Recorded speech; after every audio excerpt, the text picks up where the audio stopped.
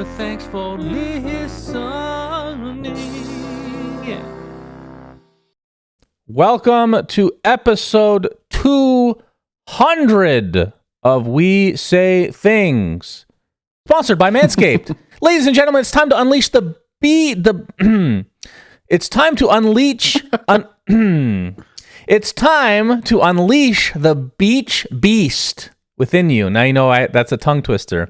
That's good. This summer, Manscaped is here to help you level up your beach game with their new Beard Hedger Pro Kit.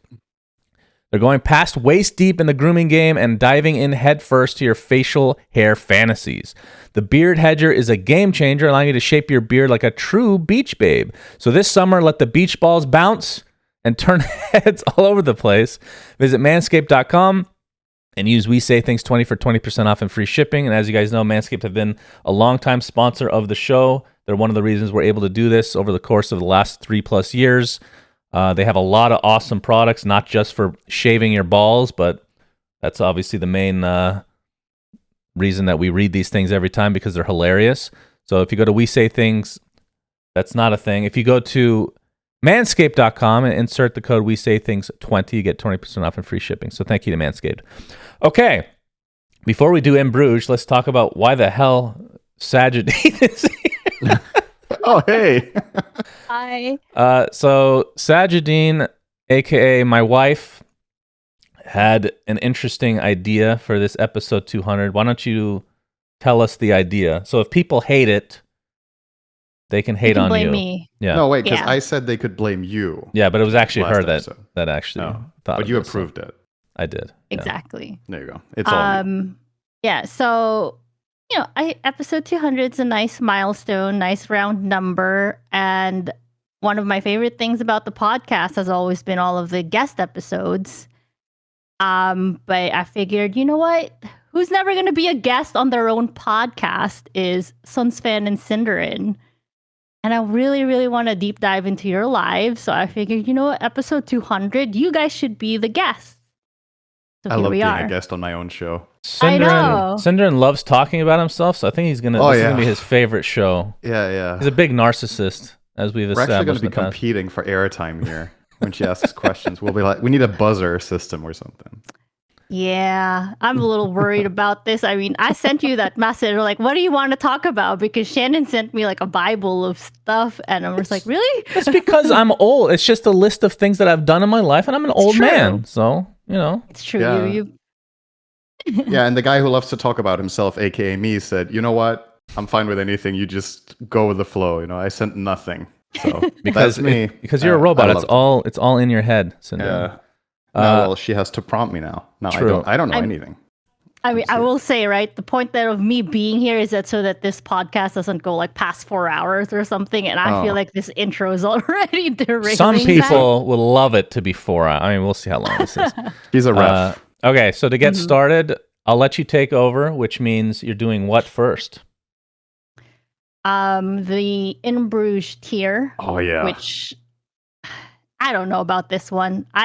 Okay, anyway. All right. Thank you to everybody in the In Bruges tier for supporting this podcast, taking it to 200 episodes, and hopefully we can do more. So a big shout out to Suns fans Sauna Scrote. Mr. I Love the NBA segment. Episode 200 is just NBA and bidet talk. Monkey Man says, happy episode 200. Can't wait for this special all bidet themed episode. People love that. Pepper balls. Charlie Cinderin was right because most known parts of Vegas aren't in Vegas but in Paradise, which isn't a city. Sheen. Okay. Okay. T-Coil.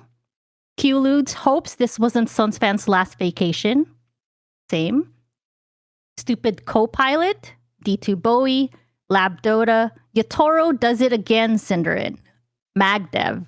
I've been a Patreon for almost 2 years with the main purpose of supporting Dota and getting Valve off their asses. Did it work? ? Disco Farm D. The Mega Pope. Carrot cake is best served with cream cheese icing, true or false, tin, New Zealand. Yes, I think. Okay. With icing? Yes. Yeah. Yes. Zan Xavier, Nate Thicko 01 Hamscroats, Shark TM, antiquely seasoned goat balls, Janie, Dop, nothing to see here, underscore man, guitar strings, Eve's remort, Ben Broomhead is Ben Broomhead is Ben Broomhead, wood and aftertaste, anonymous. Just 3.5% of the water on Earth is fresh water we can drink, and most of that fresh water, 68%, is trapped in ice. Oh, Niebling. Neatly. wow. Cut that off. I think. That's an interesting stat. Did not realize. Thank you, Niebling. That's when you know Nikki is a listener of the podcast because she read underscore as underscore man. Because I know that name in the list is underscore. So there you go. That's good. True. All right. Well done to the All ref. Go ahead. Thank you. Take Thank over. you. Okay. Well, okay. So everybody, like I said, let me scroll back up to the top of my notes because Shannon sent me 2 pages. This is a milestone episode. It is episode 200. Fun fact, when I was doing a little bit of research, I saw a post. The first episode aired 4 years ago. So you guys have been doing this for 4 years. That's pretty crazy. What the fuck? So I know. I just right? said So 3 years in the intro. Nope, it's 4 years ago. All right, Shannon, let me give you a life hack real quick. I know this is going to be a long episode, okay? But some quick math here. There's 42 weeks in a year. Mm. What's 42 times 4? It's 208. So if we did an episode every week for 4 years, it would be episode 208. We've skipped a couple weeks that we couldn't do because of work. You do the quick math. That's pretty good. 4 years. That's pretty good that we only skipped that many episodes. So when was the first one exactly, Nikki? Did you look at it? The exact date? Yes, I have it right here. Give me one moment. Let's see. It was about April 22nd, something like that. I know it's on our calendar as well because, not to get ahead of ourselves, a big milestone is 5 years coming up too. So We'll be sure gotta not to think do of anything something for that. Okay, never mind. All right. Well, to facilitate and move things along, we're going to start off with the typical guest episode questions of rapid fire. Oh boy. All right. I'm going to go with you first, Cake. then, Cinderin. Cake. We're not there yet. Oh, All right. okay. Okay. You ready? All right. Yeah. Pool or ping pong? Damn. I have to be fast. Pool. I know. Okay. Shit. Alliance or horde? Sorry, one more. Alliance or horde? Alliance. Twitch chat or Reddit? Reddit. Cake or pie? Cake. I'm surprised you Alright. said Reddit. You're a Twitch chat fiend. I like both a lot, but if I had to give up one, I think I probably spend more time like reading there than I do with Twitch chat. That was such a good rapid fire. They're actually hard, but it had to be fast. So I know. You good. took your time with pool or ping. Those are the 2 things that I always ever see you doing. We're at an event. So anyway, rapid fire Shannon. I'm Yeah. going to start Metallica or System of a Down? Metallica. Spurs or Lakers? Spurs. Oh, I'm gonna vomit. I'm gonna vomit right now. I'm gonna vomit. Ugh. Burger or pizza? Burger. Cake or pie? Cake. All Easily. right, cake or jelly donut? Jelly donut. right. I love There we jelly donuts. Wow, what a wonderful rapid fire. Thank you both. Okay. We usually start with our every guest is not necessarily the day of your birth, but I want your early life. I want to talk the day of my birth here. I know. All right. Well, I guess we'll start with you then a little bit here. I kind of want to make sure I give Cinderin airtime. So let's let him go. Let him go. It's fine. Okay. It's All right. So I'm Cinderin, fine. let's start with I'm your early good. life. Okay. Were you always a gamer? Were you born with a mouse and keyboard in your hands? Yeah, so I think the first console and the only console I ever owned until way later in life, in like the 20s or whatever, we got the original Game Boy, the big gray one. Yes. I think I started playing that when I was like maybe 3 years old or something. So my older brother is 6.5 years older than me. So he was, when we got this stuff, he was obviously better at it and had a better understanding of gaming, etc. So we would play stuff together, and he would show me things. And I think, so we played on the Game Boy, and the memorable games I remember us playing was obviously Tetris was a #1 classic at the time, and then we We had Zelda Link's Awakening is very memorable. We played some of the Donkey Kong games and etc. Super Mario. Just a lot of the Nintendo classics, right? And then I think we got our first home computer when I want to say 6 or 7. We got a Windows 95 machine with no internet connection at the time. We just had a computer. And some of the games that we played, actually Windows 95 came with some banging games at the time that were just included in the computer. So there was Ski Free, I think it was called, the one where you're going down a mountain, there's a monster chasing you and you need to score points. I think, was it called Rattlesnake or whatever? The classic ones that spawned Snake on the phone. Some of the card games like Hearts, I was also playing on You still play that to this computer, day? I think. No, I don't. I just refer to it. I don't play Hearts. I play Whist with my friends, though. Yeah, we played that. And then the first like big titles that I remember we bought for it, I think they bought a 2-for-1 set, which is something I feel like you would never get nowadays. But we got Civilization 2 and Command and Conquer in like a battle chest or a box or whatever. And I loved those games. I played them a lot. And yeah, there were like some other games along the way, obviously. And then at some point, I mean, now I'm really getting ahead of myself with the games, but obviously at some point, Warcraft 3 came out. So that would have been 2003, right? 2002, 2003. Yeah, there must have been some games in between then, right? Because Command and Conquer was like the 90-something, 96 maybe. But yeah, I don't remember everything I've played in between. But that was like my entrance into gaming, was playing like that. And then ultimately at some point, my brother got his own computer, and then we had one each, and we would play some multiplayer. We played Diablo 2 with each other on LAN. I remember that very well. So yeah, some of the titles. Obviously, I've played a lot of games, but... Nerd. And then we got a Game Boy Color. This is really not chronological at all. You're doing a great job. Good. Also played on that. So yeah, that was my entrance into gaming, and a lot of the friends that I made in school in the earlier grades, we would play games together. I remember it was a complete revelation for me. So now it's again going to be quickly about Warcraft 3, but I went to my friend's place, and this must have been shortly after the Frozen Throne came out, I think. I went to a friend's place and we played on LAN. Like we played 2 people on 2 separate computers together at the same time, and it was absolutely awesome. We played a custom game called War Chasers that came with Warcraft 3. I don't know if you remember this, either of you. It's one of the only custom games that Blizzard made that came with the game. It was like a short RPG. You could pick any sort of character, and you would play 1 to 4 players and go through like a dungeon setup, whatever. Yeah, okay. Very asynchronous, or not chronological, but that's a short version, I guess. Wow, very interesting. Yeah. Thank you, Cinderella. It's great. This is going to be great, Shannon. No, be sarcastic about before each we other's dive into fucking Shannon, mind. don't worry about. I mean, it seems like you have been entrenched. Like you're talking about having a Game Boy like such an early age. Like as soon as you had like mobile access with your hands, you can grab something. You're like, yeah, I got a Game Boy in it. But did you do anything outside of gaming, like extracurricular stuff? Because I know Shannon did basketball, right? Like, were you? That's right. I did basketball. The debate team, or played like tennis, I don't think that's lacrosse, a thing. like something like that. Is that a thing there? Team is not a thing outside the U.S. I think that's very U.S. specific. But Really? yeah, I don't know. I've never heard about that in a European country anyway. So I did not do debate team. I don't know if I would have enjoyed it, maybe. But no, I think when I was 6, something along that, 6 or 7, I started playing tennis. I played tennis for many years. I played badminton, so I've always been a racket sports kind of guy. I wasn't very much into like the physical contact sports. Like everybody plays football in Europe, right? Soccer, everybody. In school, it's the common thing. In the playground, it's the common thing to do when you have, it's on breaks in school for like 15 minutes, people would just go outside and kick the ball immediately to do that. What I did in school when people were playing football was,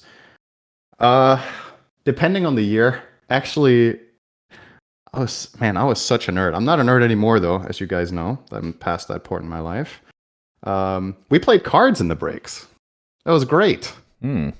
Actually played whist in breaks in 8th and 9th grade, I think, with a couple of the other guys in the classroom. So Whist? That was nice.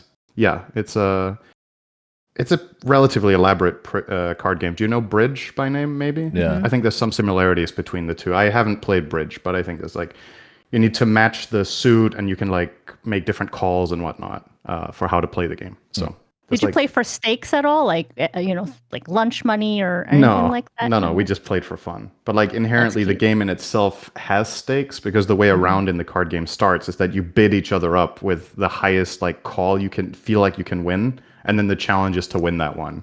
And obviously, you get more credit the harder it is. But we didn't really play for anything now. Yeah, that was the main thing. I did those two activities growing up as my primary other stuff. But yeah, no debate team. That's not a thing. Right. That's too bad. That's so cool. I had no idea. So someday then that's going to be my dream is I would love to see a one-on-one tennis. Oh, does Shannon play tennis? Shannon played tennis. I So bet- it's a no. good transition. Yes, Got to be you pickleball. do. Okay. Whatever. But I mean, that's a good transition to talking about Shannon's childhood because you were a little sports boy growing up. What happened? That's a good question. Well, let me start at the beginning, of course. I was born 6 months, 6 weeks premature. 6 months. 6 weeks premature in the great country of Saudi Arabia. One of my ears is pointed like an elf because it came out weird in the vaginal cavity as I was being born, Cinderin. Just so you Yeah. That's why whenever we do, you'll notice whenever we do like a casting thing and you're asking which way I want to sit, I sit on the right side because when I turn my head, you see my good ear. But then we're wearing headphones, so it doesn't matter at all. You've never told me. That's right. Okay. I don't like my elf ear very much. It's a self-confidence thing. I get it. Yeah. We played. Let's see. I did a lot of consoles. So original Nintendo was my jam. Mike Tyson's Punch-Out. I mentioned that in the past. Best game of all time. That game. And I still have never beat it. It's so fucking hard. It's unreal. Then we played Super Nintendo and a bunch of console stuff after that. You're so old, man. Yeah. And we moved to the U.S. when I was 10. We would come like every summer to Arizona. So it's not like I wasn't familiar with the U.S. But yeah, living in Saudi Arabia was definitely weird because it was like a very close-knit community. It was like international community. So I got a early taste of like different cultures other than Saudi. Like we didn't interact with the Saudi kids at all because they were completely separate school, but had a lot of like Indian, Pakistani friends. And coming to the US, it was a huge culture shock actually because people are racist as fuck. And coming over, like very green. I didn't know anything about it. I listened to literally only oldies. I never heard a rock song in my life, like modern rock that is. So it was definitely a very hard transition for me coming over at like 5th grade. The cat's meowing at me. Stop it, monkey. Anyway, you're pretty traveled though, right? How many countries were you able to like hop around growing up? Yeah. So the guess is when I was a kid, we went to like 25 countries. That's why this is one of the reasons I really hate traveling is because we would go at horrible hours and everybody has like something as a kid that bothered them, and that's my trauma in life is traveling, as weird as that is to say. I would like vomit on the flights. I remember going to Turkey a few times and just being horribly sick. It's all I remember of being in Istanbul is being horribly sick. But I mentioned this before, but when I was, let's see, how old was I? 1st grade, however old that is. We had to leave Saudi Arabia temporarily because of this will show how old I am, because of the Gulf War, aka Desert Storm. So we lived in Cyprus for 6 months. So I went to school there for a little bit, and I left with a British accent, which is why I do such a great British accent, by the way. Just want to say that. Yes. He's a bloody chicken chaser. It was not a Cockney accent, though. Like, that's not how they speak in Cyprus, I think. But yeah, I did like Cyprus quite a bit, though, so I want to go back there someday. But yeah, moving to the U.S., it was a bit of a transition. But yeah, I played a lot of basketball, as Nikki attested to, a lot. I loved basketball. I've been a Suns fan since I can literally have my first thought. I was brainwashed by my dad, like way back in the day. I was actually good at basketball, Cinderin. I know it's hard to believe. I am so bad now. I can still dribble a bit. Like, it doesn't look like I can dribble. I can dribble a bit. But I was a shooter and a ball hog. I mean, I've played table tennis against you. I feel like you have good technique. You just lose on fatigue. So you might still have the technique in basketball too. I get tired just practicing the shot before you're starting to play. So that is definitely an issue. But in middle school, I think it was right before high school, it was like 7th or 8th grade, I scored 52 points. That was like my pride and joy. I scored 52 points in I think. It was a pickup game.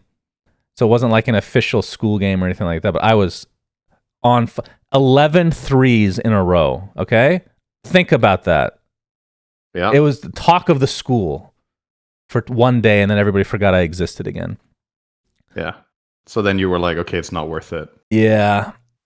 Yeah. Well, that's the thing. Like, then a year later, a friend of mine that used to be a friend of mine back in Saudi Arabia, we hadn't seen them in like 10 years.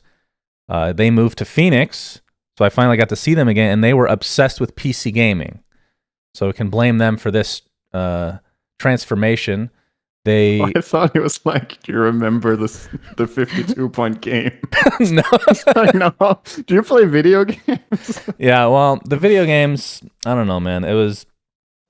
They loved first-person shooters, so that's how I got my start with PC gaming. Was Quake 2. Actually, and they made me use inverted mouse. That's how I started to learn, was inverted mouse, like vertical, up is down, down is up. Because I think they played, I can't remember the game. There's an old game they used to play that they were just used Flight to the Simulator. It wasn't that, but sure, we'll go with that. It started with an R. It's not Rust. It's like an old school game. It starts with an R. Anyway, so yeah, I started with Quake 2.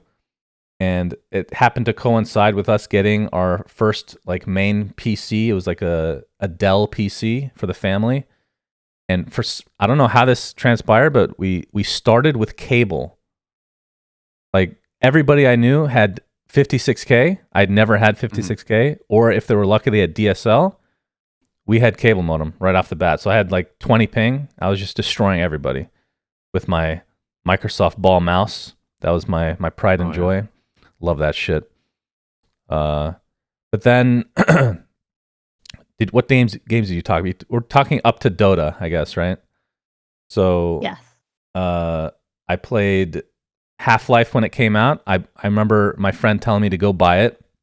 The same friend that got me obsessed. By the way, when I started playing these games, I became morbidly obese, like pretty much overnight. Like I legitimately became a chunky boy during 8th grade, and then I went on what I call the Pepsi 1 diet the next summer, which was I have one big meal a day and then Pepsi 1 the rest of the day when I was hungry, and I lost all my weight and I was skinny again, and I maintained that quote unquote skinniness until I met Nikki. Then I became fat again. Excuse me? So I don't know if there's a relation there. Time to get him back on the Pepsi 1 diet. It sounds like a hit. I'm sure it's going to work great. I need to write a book. That is the most unhealthy diet I have heard about in my entire life, I think. That is incredible. And the funny thing is I've tried to do that diet again since, but it hits different when your metabolism is of a 30-year-old, 35-year-old man. So I mean, you must have played Counter-Strike before Dota as well, right? Yeah, so Half-Life, he convinced me to buy Half-Life. I remember looking at it in the store, because we had to actually go to the physical store back in my day. And I remember looking at the back, I'm like, God, this game looks like shit. It looks awful. I played it, best game ever. Played Half-Life Deathmatch online, multiplayer. I was fucking a god. I was recruited into the best clan in the world at the time, and they died a week later, but I can say I was on the best clan in the world for Half-Life. And then, yeah, Counter-Strike came out in 1999. That was Beta 1, so I played that, and it was okay. I remember it was very rough around the edges. Like, there was infinite gold. I remember one of the first bugs of the game was so the only map they had was CS Siege, so it was only hostage rescue. And when you were dead, you could fly around as a spectator, and you could open doors. I remember that vividly. I'm like, what the fuck is this? So that was pretty ghetto. And it wasn't until Beta 4 that Dust 1 came out. It was the first diffuse map. And that's when things really started to change for Counter-Strike. Like, competitive scenes started to form. I started to get more serious with it. And then, as you all know, of course, from the In Bruges tier, we have like 10 members now, dwindling, was a Counter-Strike pro. But the thing about being a pro was I didn't realize I was a pro until like It was too late. until Dota 2, literally, until like 9 years ago. Like because I look back and because being a pro back then, it wasn't like you were being sponsored by anybody. That wasn't a thing, right? It's that you're playing in the best league in the world against the best players, and you're holding your own at the very least. That's what I would consider being a pro, and that's what I did. There's a bunch of players that I played in the same league as that ended up being very famous, like K Sharp. I don't know if these sound familiar to anybody. That sounds Bullseye. familiar. Like I was being recruited, or not recruited. I went to a LAN with the team that became Team 3D. Right. And that's very familiar. I used to play against them all the time in the league that we were in. I was our top fragger. I fucking destroyed. Not to toot my own horn, of course. The opping god. Yeah, I really love talking about myself, don't I? Yeah. I just need to get this out. It's just one of those things. I just need to get this out of my system. We haven't heard this story before, so it's good we get it now. But yeah, I was very antisocial. So like when I went to this LAN, I met the leader of that clan for the first time. I literally did not respond. I was so scared of talking to people. This is not an exaggeration. Like absolutely terrified. And then with Counter-Strike, I moved on to a mod called Firearms, which I played for a good amount of time. And I definitely became pro in that one. I was like the best rifler in the game. We won a tournament, Cyber Athletic League, which was like the main tournament back then. And yeah, transition from that to Warcraft 3 in college, I guess. And then we can start with like Dota 1 and all that stuff. So that's kind of how it got started. Now that you just went through this, now I had some time to rethink some of the other iconic games because you clearly have a much better memory of exactly what you played. But like another couple of standouts that I played, I obviously played Counter-Strike as well, but I didn't play Counter-Strike until Steam. So it was 1.6. I actually don't think I played 1.5. So I don't know if that would have been before or after Dota came out. It was around the same time, I think. Like Steam was 2000, maybe 2002, 2001, something like that. So I played a bit of that, and then obviously really iconic single-player game. I used to play Heroes 3, one of the best games of all time. I don't know if you've even played that, Shannon. I think we've talked about it. I have not, but I know what it is. Yeah, amazing. Yeah, that was another one of those games. And then for some reason, I really remember this game. This is going to be super niche. I don't know if anyone will remember this in the comments, but I played a game called 3D Pinball Creep Night, which was made by Sierra. Sierra went bankrupt later. Sierra is who made Half-Life, actually. They were the publisher. Sierra also made the expansion to Diablo 1, which I also didn't mention. I also played Diablo very early on, which, thinking back, is actually really surprising to me because my parents have always been pretty protective, right? They've been like, all right, they biked me to school until I was, older than the average kid before I was allowed to bike there alone, etc. But my dad was finally playing Diablo when I was like 6 or 7. I was like, what the? When I think back, that's like an 18+ game. You get to level 2 and you get assaulted by a butcher. There's just corpses hanging from the ceiling, whatever. He's like, this isn't going to hurt my kid. It's fine. You turned out great. So yeah, I played Diablo with my brother. I mean, that's also why when it comes to like age ratings of games, etc., I understand why they're there, but I think it's very much more about the person than the age and the way the parental guidance works, which in my case, I guess there wasn't really much, but maybe my brother was an okay guide. Maybe he thought it was cool because like he would have been at least like 12 or 13 or 14 at the time, right? But yeah, those were some more of the games we played. But yeah, that game, I don't know. Maybe other people will remember that, but that's there was a couple more down memory lane. All right, that reminded me of a couple now that I have written down. Oh dear, so it's not, but I actually didn't forget. It's still there on my screen. So I played Unreal Tournament as well during college, and Battlefield 2. I was a professional player, like very briefly. Actual sponsorship too. Like the team was sponsored, but we got into I was amazing at I was like a pub star on Karkand, I think the name was. And I remember being in my first match ever, and I can't remember what the map was. It wasn't that map, though. And we had to defend the flag areas. And I remember being in a building by myself the entire game, didn't see anybody the entire game because I'm listening to what my leader wants me to do. Did not interact with anybody the whole game. We won, and then I retired because that's boring as fuck. That was horrible experience. And then from that, the Dota 1 game with Merlini going 0-0-0 on Medusa and winning. Oh, that's true. I remember hearing yeah. about that one. Yeah. Yeah. And then I guess the last one or the last two is Counter-Strike Source. Obviously, I played that competitively, but I never got pro on that one. That was, I was like tier 2.5 maybe. I don't even know. I was kind of washed up at that point. Have you ever heard of a guy named Mo? Yes. So I was, the guy. How do I put this? The team he was on before he got big was called -1. This was before he was on a team called Powers Gaming. And his leader, which I can't remember his name, tried to recruit me onto their team. So I could have been a pro, potentially. But I had this issue, and I've talked about this in the past podcast. When I was playing competitively, I always wanted to play with friends, and it really fucked me because my friends sucked ass. So that was actually a big regret. This is why I have so much respect for like Gaming Gladiators type of teams that actually stick together and then succeed. It is so rare. So I would actually, if I was giving advice to my past self, I would say, jump ship all you can. It looks terrible, but it's going to be better for your career. I genuinely think that.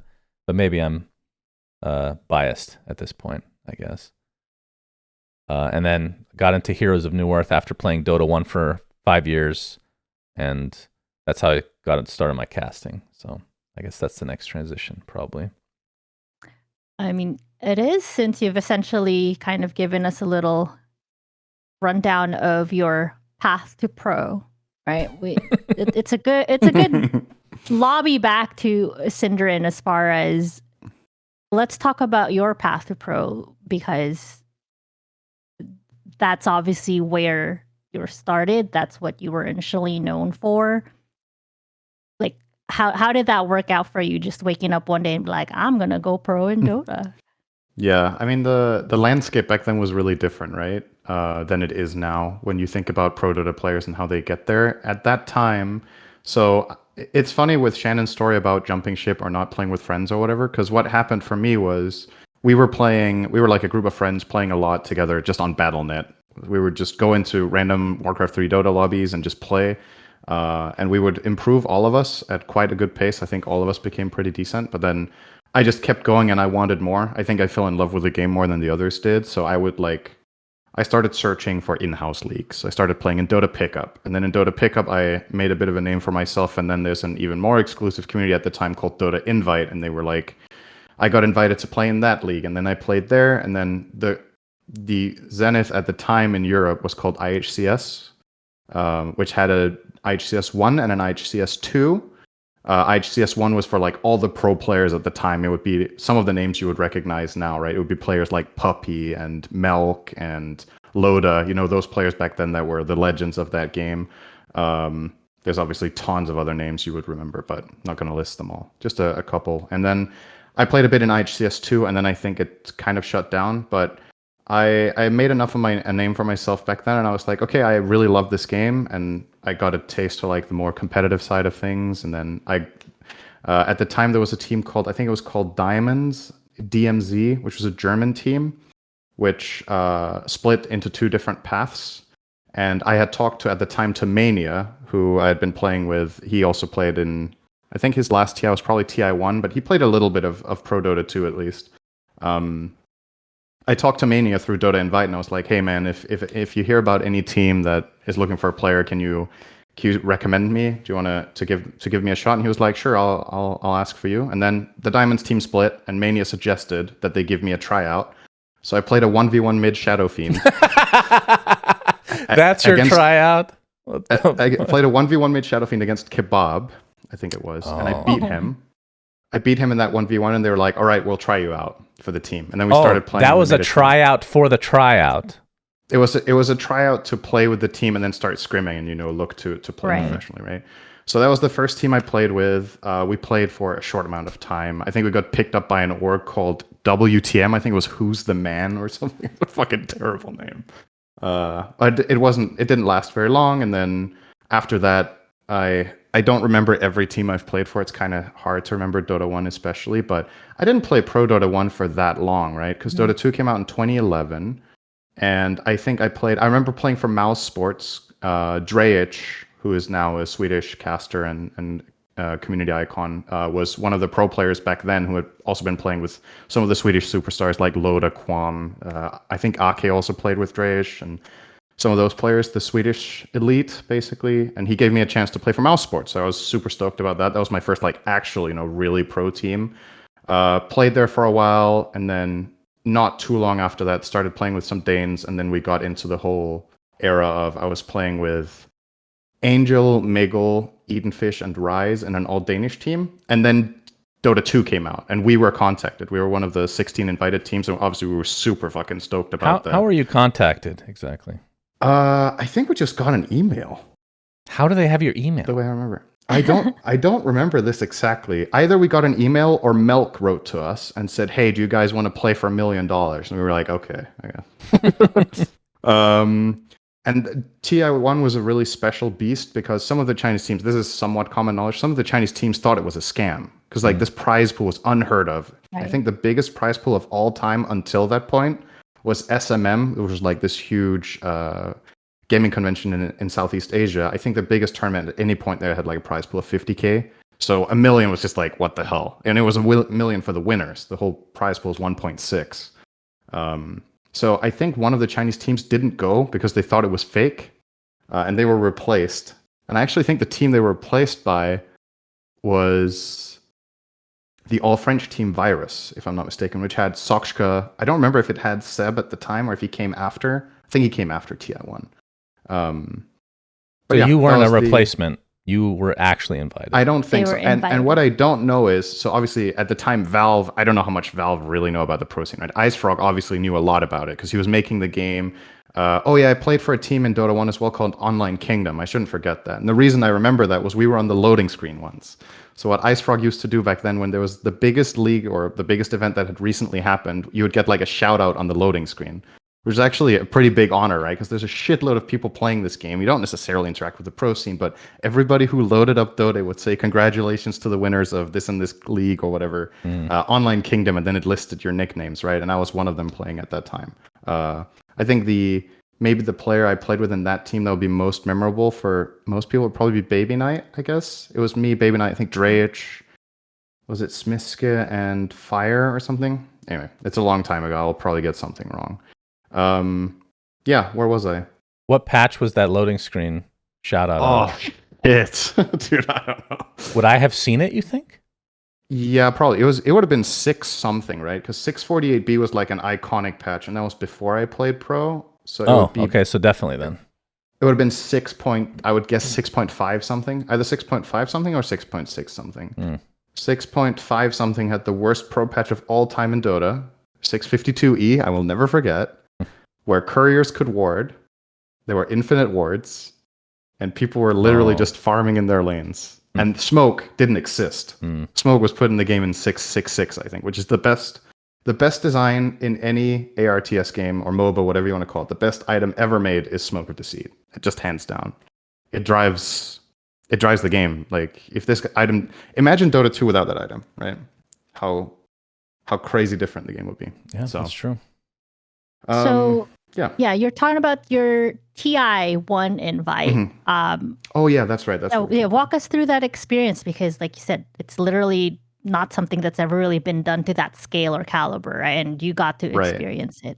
It was pretty crazy. So we were just playing our online Dota 1 practice or whatever, and then we got I don't remember exactly how we were contacted, and perhaps I owe one to Melk. I actually don't know how it went down because at the time Valve were just inviting teams on a whim, right? They were inviting them based on like merits or who they thought were going. I mean, I don't know what they were doing it based on, right? Probably a bit of accolades with results of the players or recency bias or whatever, because they didn't have much to go on, but they wanted it to be a global event. And obviously Chinese were the giants at the time.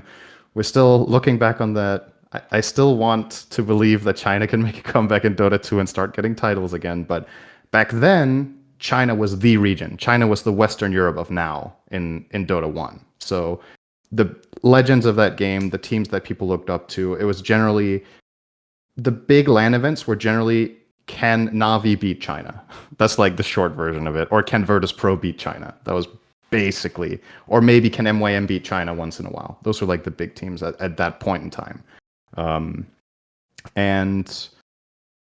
Yeah, so we get this invite and we get together. We're obviously all super excited. We're like, okay, we need to have a LAN. Let's make a boot camp. And I think we made it at Rise's place somewhere in Copenhagen.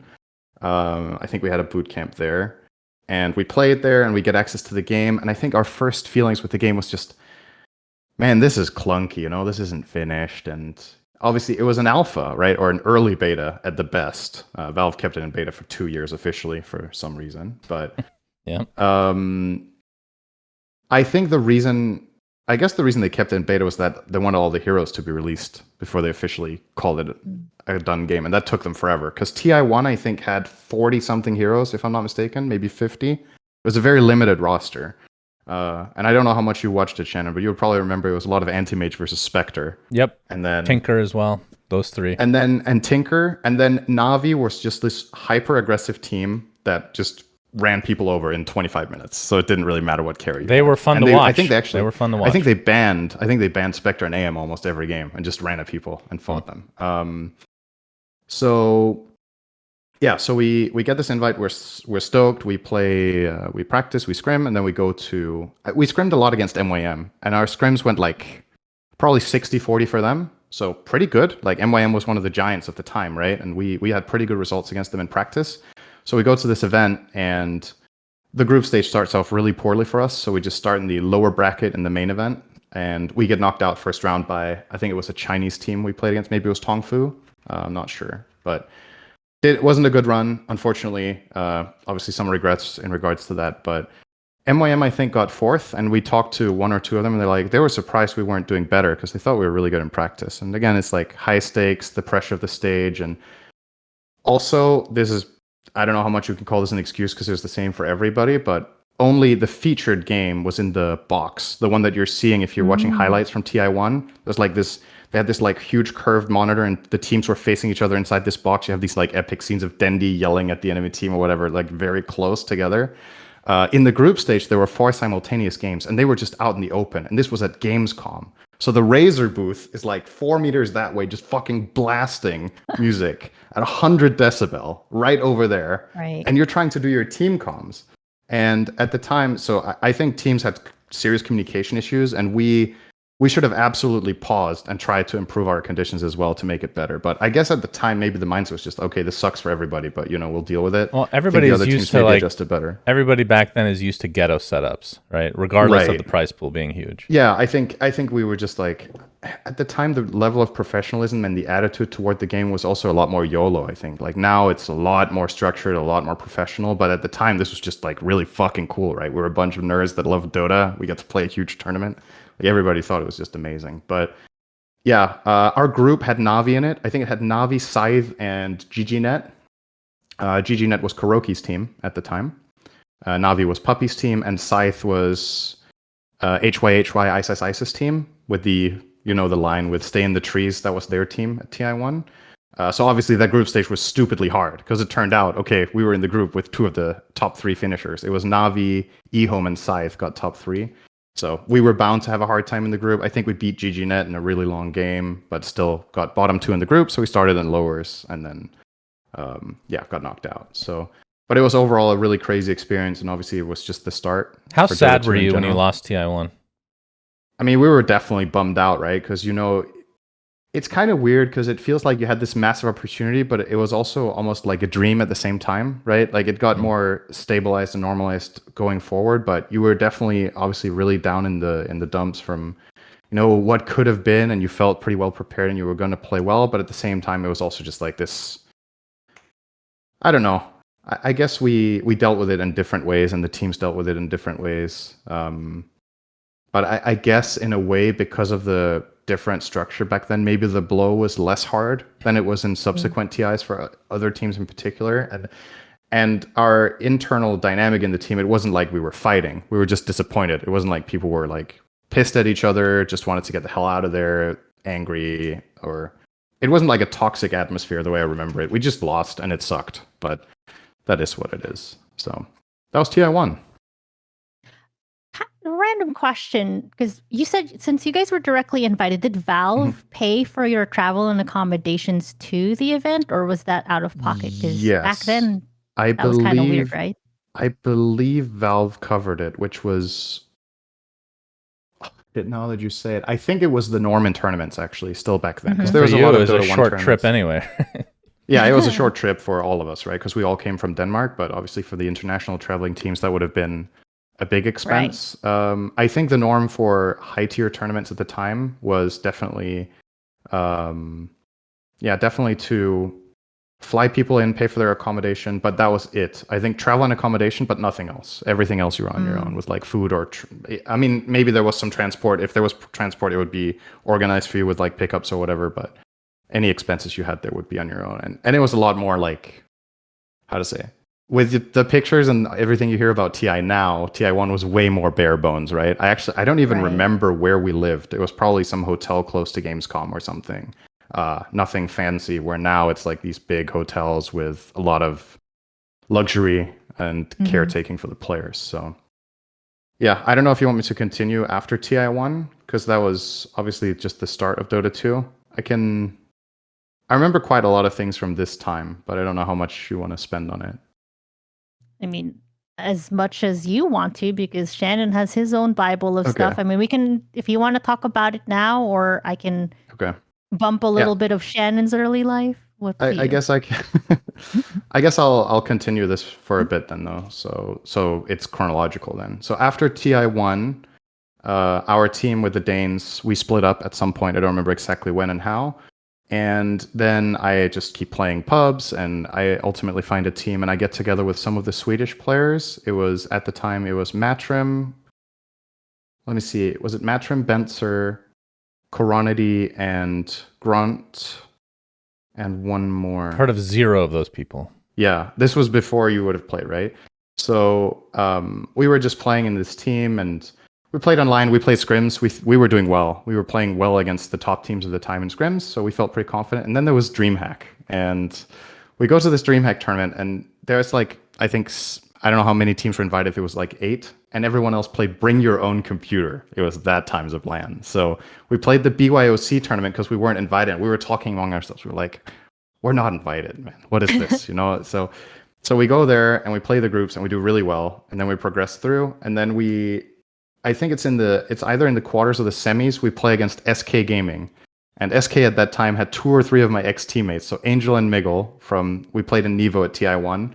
I don't remember the entire team. Maybe I think they also had Rise, actually. So I think they had all 3 of them and a couple of others. And we beat them pretty handily. And we go to the finals, and the finals was against Fnatic. And Fnatic at the time had I think it was a Croatian and... Was it mainly Croatian team? Croatia and Serbia. I think all their players were from Croatia and Serbia. And we get on the big stage, and obviously this is super exciting, right? This is new for especially the Swedes. They hadn't played a TI. And the finals is a best of 3. And it was played at the setup at DreamHack at the time was actually really cool. So I had like this. It was kind of like a cinema that was, how to say. What do you call that when the bottom part of the cinema is way lower than the top part of the stands? So like, just like every cinema, right? It's elevated in the back, so it has like this auditorium. It's an auditorium, basically. We get on stage. The crowd is pretty packed. People are excited. It's Fnatic. We're Dota fans. We want to watch Fnatic, and Fnatic kind of destroy us in the first game. And I think about a third of the crowd left. They were like, "This final is going to be a shit stomp. This is not interesting." And then we came back and won game 2 and 3. So unfortunately, a big part of the audience didn't get to see the comeback story. But that was obviously huge for us. It was a really cool experience. How do I not recognize any player names on your team for your first DreamHack win? Because I definitely would have watched it. I don't know. I mean, it was 2011, right? Oh, I don't know how... I was there from the beginning. I don't know. I guess maybe part of it, maybe you didn't watch the tournament that much, or you started following Pro Dota a bit later, or you forgot. Because like, it was, for these players, this was pretty much the only big event. This and maybe one more, I think, and then most of them stopped playing Pro. So yeah, we were obviously on Cloud9 after that. We continued playing at home. We play some online tournaments. Things don't go as well, and at some point we split up. And then I don't remember exactly how it went down that I got together with what became MTW, but that was me, Funzy, Sokshka, Seb, he was called fucking Mad at the time. Obviously, he was called that for years. And Kebab, I think, if I remember correctly. It was the 5 of us the whole way, or maybe it was the 4 of us, and then we got Kebab later. And yeah, we go to DreamHack. It's kind of a similar story. It wasn't BYOC. We were invited, I think, and we play through the groups and we do well. We get to the grand finals. We play against Navi. Game 1 is played off stage. I don't remember why. I think it was like time limitations. They couldn't have the stage for the whole finals. So the first game is played off stage, and then the remaining 2 were played on stage. And the off stage game we lose. I think I played Lesh. I think I played horribly. I think Dendi played Tinker that game, if I remember correctly. So yeah, we lose that game. We go on stage. We make a comeback. We win both games. It was obviously amazing. This was probably the most memorable win in my career for me, because it wasn't because it was the most prize money I won or whatever, or because I won a finals. It was because we won against Navi, who were like considered invincible in Europe at the time. Navi was winning everything. Like nobody could hold a candle to them. They fucking won TI. They were dominant. We beat the TI winners at the time, and that got us really excited. And a lot of people had us high in their power rankings going into TI2. And then we have a boot camp, which goes really badly. It was a really bad boot camp. This is the one we talked about in depth with Seb, right? Oh, this boot camp was bad. So let me give you some context. So it happened in a little German village in the middle of fucking nowhere. I think it was called Taunusstein or whatever. There's this boot camp. The guy who runs the boot camp has you get up the stairs and you go in the front door, and he's sitting behind his desk and he's smoking a cigar and he has a dog.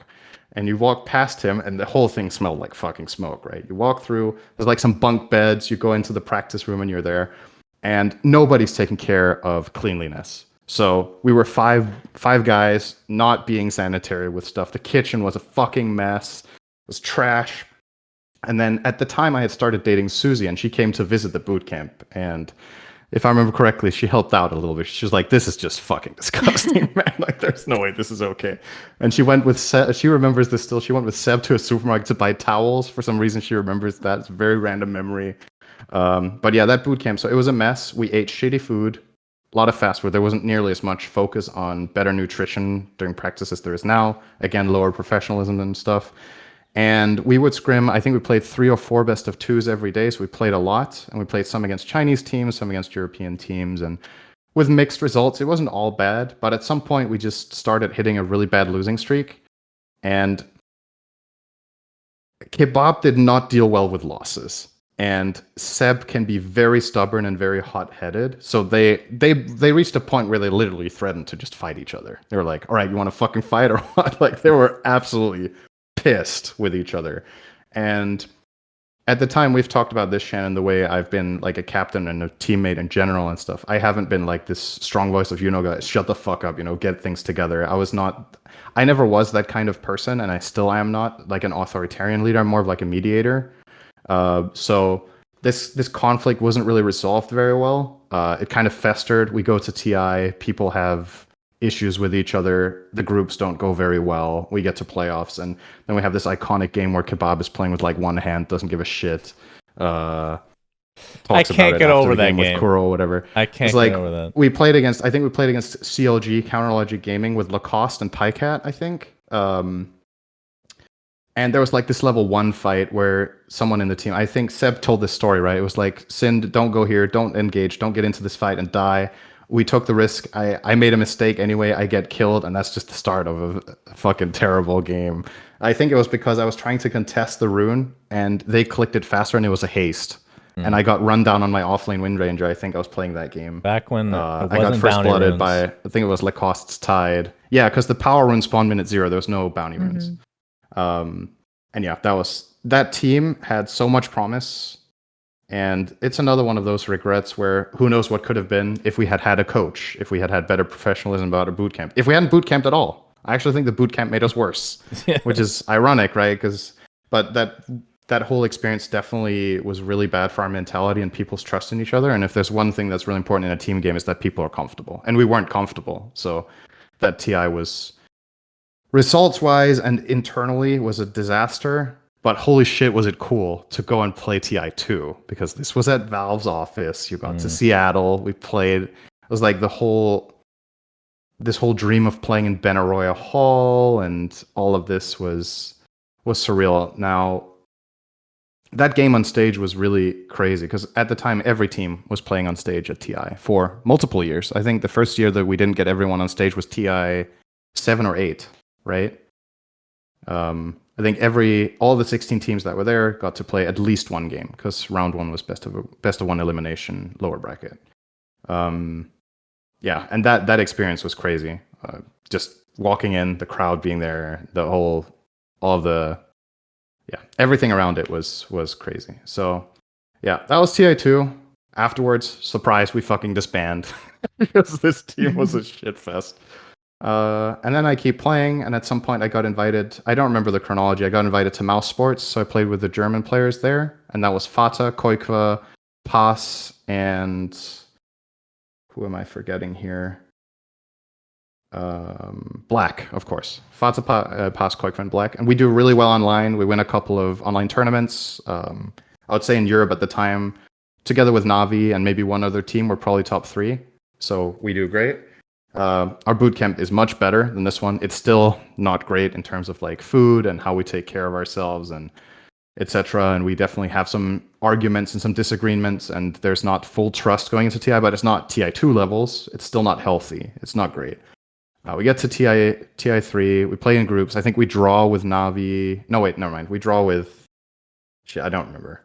But the group stage does not go well for us, and we get on stage and we get eliminated in round 1 again. And some things to keep in mind at that time. So I've gone to the first 3 TIs. I won $0 because TI at the time had no prizes for bottom 8. Top 8 was where the prize cutoff start, and Valve's mentality at the time was going to TI, getting all this free stuff paid for you, getting the experience is a reward in itself as a player. Obviously, things have changed since then, but so nothing to show for it then. Yeah, after that TI, after the good run we had with Maus, until that TI, we split up after TI. I start playing with a Danish team for a bit. Bring them in. I think we had Link, Ace, who is doing very well for himself now, by the way. Late bloomer. Yeah, I don't remember the full team, but we were. I think it was. Yeah, whatever. We were a 5-man Danish team. I was like, I want to give this a try. Let's try with a Danish squad. Didn't really go very well. I was kicked from the team. They brought someone else in. It didn't go any better. They disbanded. So then I was like, okay, I effectively retired, and I was like, I'm gonna focus on casting and streaming. I'm not gonna play pro anymore. And then I did that for a while, and then I kind of got the desire to play more again, and I gave it another shot and came back. And then ultimately, at some point, don't remember the chronology of this, but at TI6, I get together with this team with Era, Koikva. So I get back with Koikva.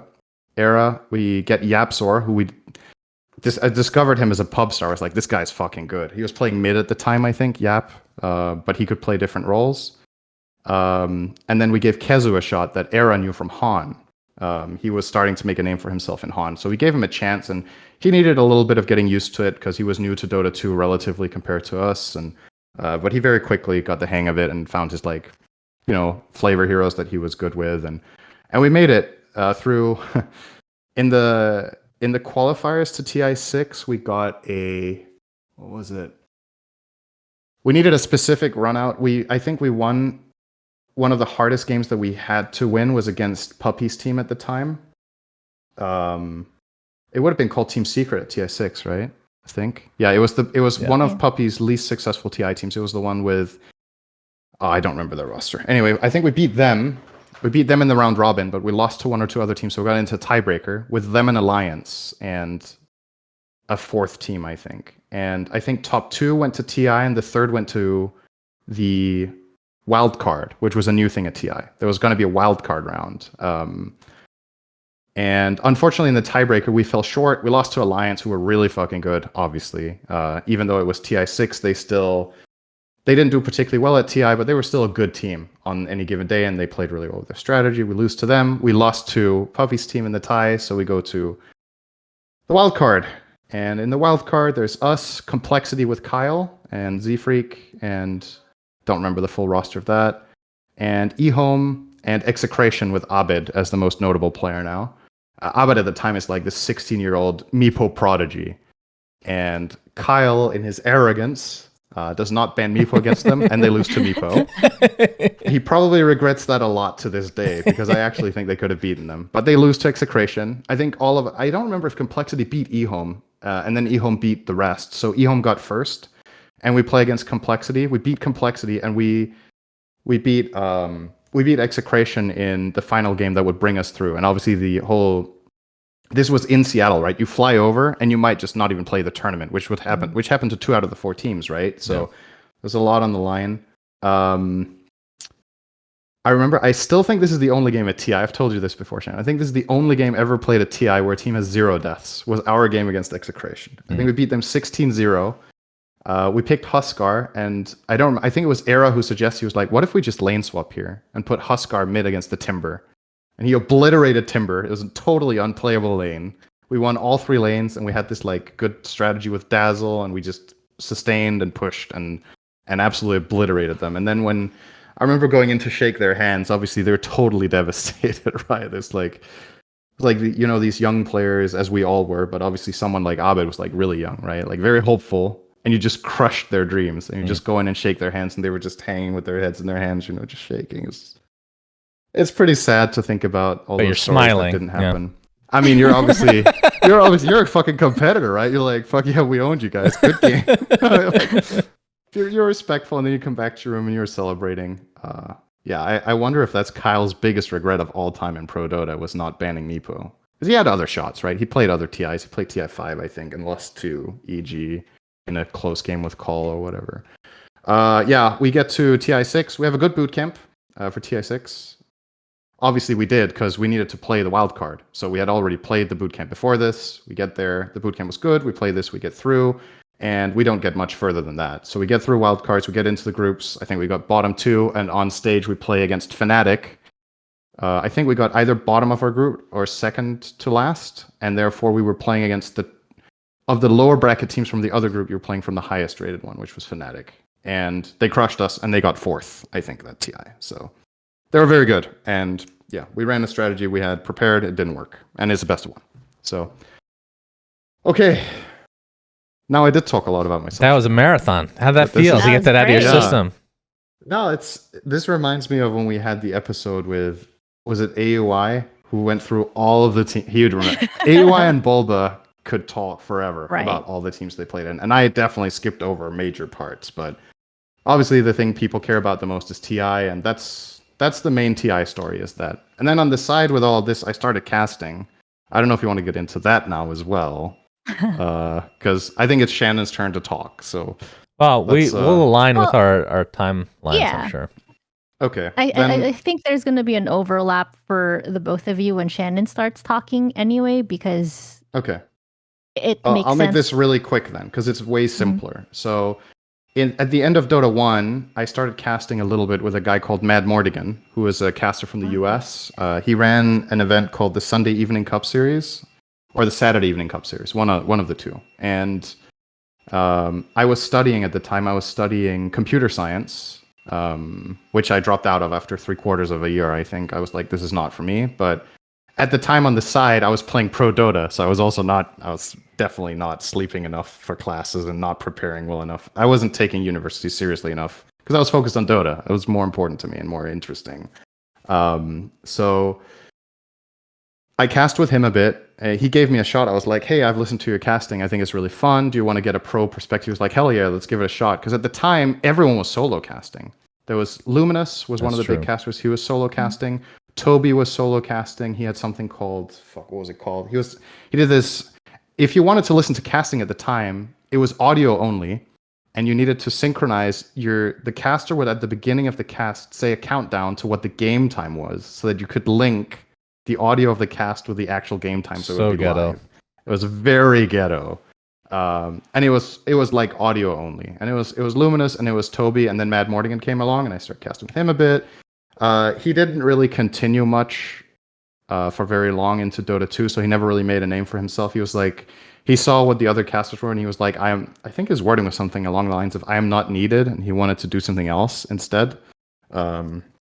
I think he was in the military as his primary job, and he just did this for fun on the side, right, as we all did. So I cast a bit with him. We get into Dota 2. At some point, this tournament called the Defense comes about. I'm casting that with Toby. I cast a little bit at TI2 after being eliminated. At TI2, Valve asked me to cast because I had been casting with Toby at the time, and people really liked when we were casting together. So I said, sure, I'll do that. it's a bit of an awkward moment when that was brought up, and I was sitting in a hotel room with Toby and Slesh, who was casting every game with Toby at TI1, and then they were casting TI2 together, and I was like, I don't want to step on your toes. Like I wasn't like competing with him. It wasn't like to beat him out or whatever. I was just asked by Valve, and I was like, if you don't want it, let me know, and we'll find a way around it, right? Or just tell me if this is. And I think he was just like, it's fine. That's how I remember it, was that he didn't make a huge deal out of it, but he clearly seemed disappointed. But he didn't. I don't know if he didn't want to cause a fuss or whatever. So I think I cast 2 or 3 series that TI, and then after that, I was like casting on the side while playing, and then obviously after 2013 with Mouse, and after that TI, and I took my full-on break from Pro Dota, I started casting way more. So that's when I started casting a lot of online stuff. I started going to BTS, casting with them for TI qualifiers and stuff. All these hubs that happened at the time, which were really memorable. And yeah, a lot of the big events that I got gigs with, I got to cast the finals of TI, I think twice, if I remember correctly, alongside Toby at the time. And Shannon and I don't remember how this went down, if you contacted me, so now we can like lead this all together. We had met very briefly at TI2. We had basically just said hi and nothing more, right? Yeah. And then I was watching some of your casts with Zeno and Reeves, right? You were the TriCast. Mm-hmm. What was it you called your cast again? GLHF.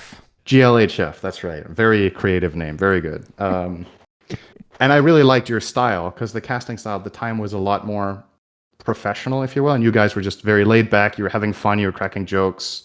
It was very entertaining to listen to. Not as much, not as illuminating, but I didn't mind. I thought it was just fun to hear you guys. I thought you had a great voice. And at some point we talked about, do you want to do a tournament together? And I was like, yeah. And now you can take over, because I think you remember how this got you into casting. You're ahead of my Bible Yeah, here, okay. Cinderin. Let's go to your Bible. That's okay, fine. I'll We'll go back. reconnect it then. So, let's see. I was casting in Han with Zeno and Reeves, and Dota 2 came out, or it was announced, and I was obviously extremely excited. I was ready to move on because Ice Frog had left. Wait, hold on. I mean, I think if we can transition, take a little more of a step back first. Like, did you wake up and decide that you wanted to cast? Because I know your path with Cinderin crossed a little bit later than where your career actually started in casting. Wait, we want me to go back farther? Yeah, Just when a did you little start bit, like, casting? yeah, when did when- you what- start casting? Because like- my start was like end of Dota 1, right? Yeah. So yeah, I started playing Heroes of Newerth, and I really liked it. And I was not happy with my school situation. I had already graduated ASU, bachelor's degree in business, completely useless, by the way. And then I remember I had some odd jobs here and there, like tech support and all that shit. And then I really hated everything. I was living at home with my parents, and I got to a point where like my Counter-Strike career wasn't going anywhere anymore. So I'm like, okay, I guess I'll go back to school. So I started a master's degree very briefly, also at ASU for, it was like for networking or something, like IT related. Mm-hmm. And part of the way through the semester, I started really getting into Heroes of Newerth. And I started thinking about casting because that's when casting started being a thing with like Breaky CPK, the original. And there weren't any other casters. And when there were, they were really bad. So I'm like, I could do a better job than these guys. Very arrogant of me. So I started doing like casts for fun. I did a solo cast to start. It was horrific, and I still have the VOD actually, and I will not release it at any point. Oh yeah, I did solo casting too. You just reminded me So of Dota bad. 1. I did a bit of solo casting. I think I rewatched it sometimes. Like, holy fuck, I was bad. It was just like But at the time, I mean, I was not getting excited at all. I was just talking like I am now. It's very boring. imagine And then a 45-minute cast Shannon of me talking in my British accent, and I'm talking to nobody else. dude, I listen to that shit, no doubt. Oh god, we're not releasing that one. So because my solo cast, people liked it. They're like, you have a very good voice. I didn't know people liked my voice back then. And I thought it would be fun to include some of my friends, which was Zeno and Reeves, and like a TriCast to make it a more fun environment. And we started doing that. We started gaining a following. It became almost like a pseudo podcast to a degree. And then Honcast, which was the big thing at the time with Breaky CPK, like I said, they were doing stuff at NACL. Wait, no. What's the... That's Salt. Shit. Why can't I remember this? What's the NASL sound guy, right? NASL. Oh yeah. NASL. Oh yeah. That's legendary. where we took it a little bit more professionally. They didn't want Reeves, so it was just me and Zeno casting as a duo. Actually, what the They did not want Reeves. someone more inappropriate than you. That's great.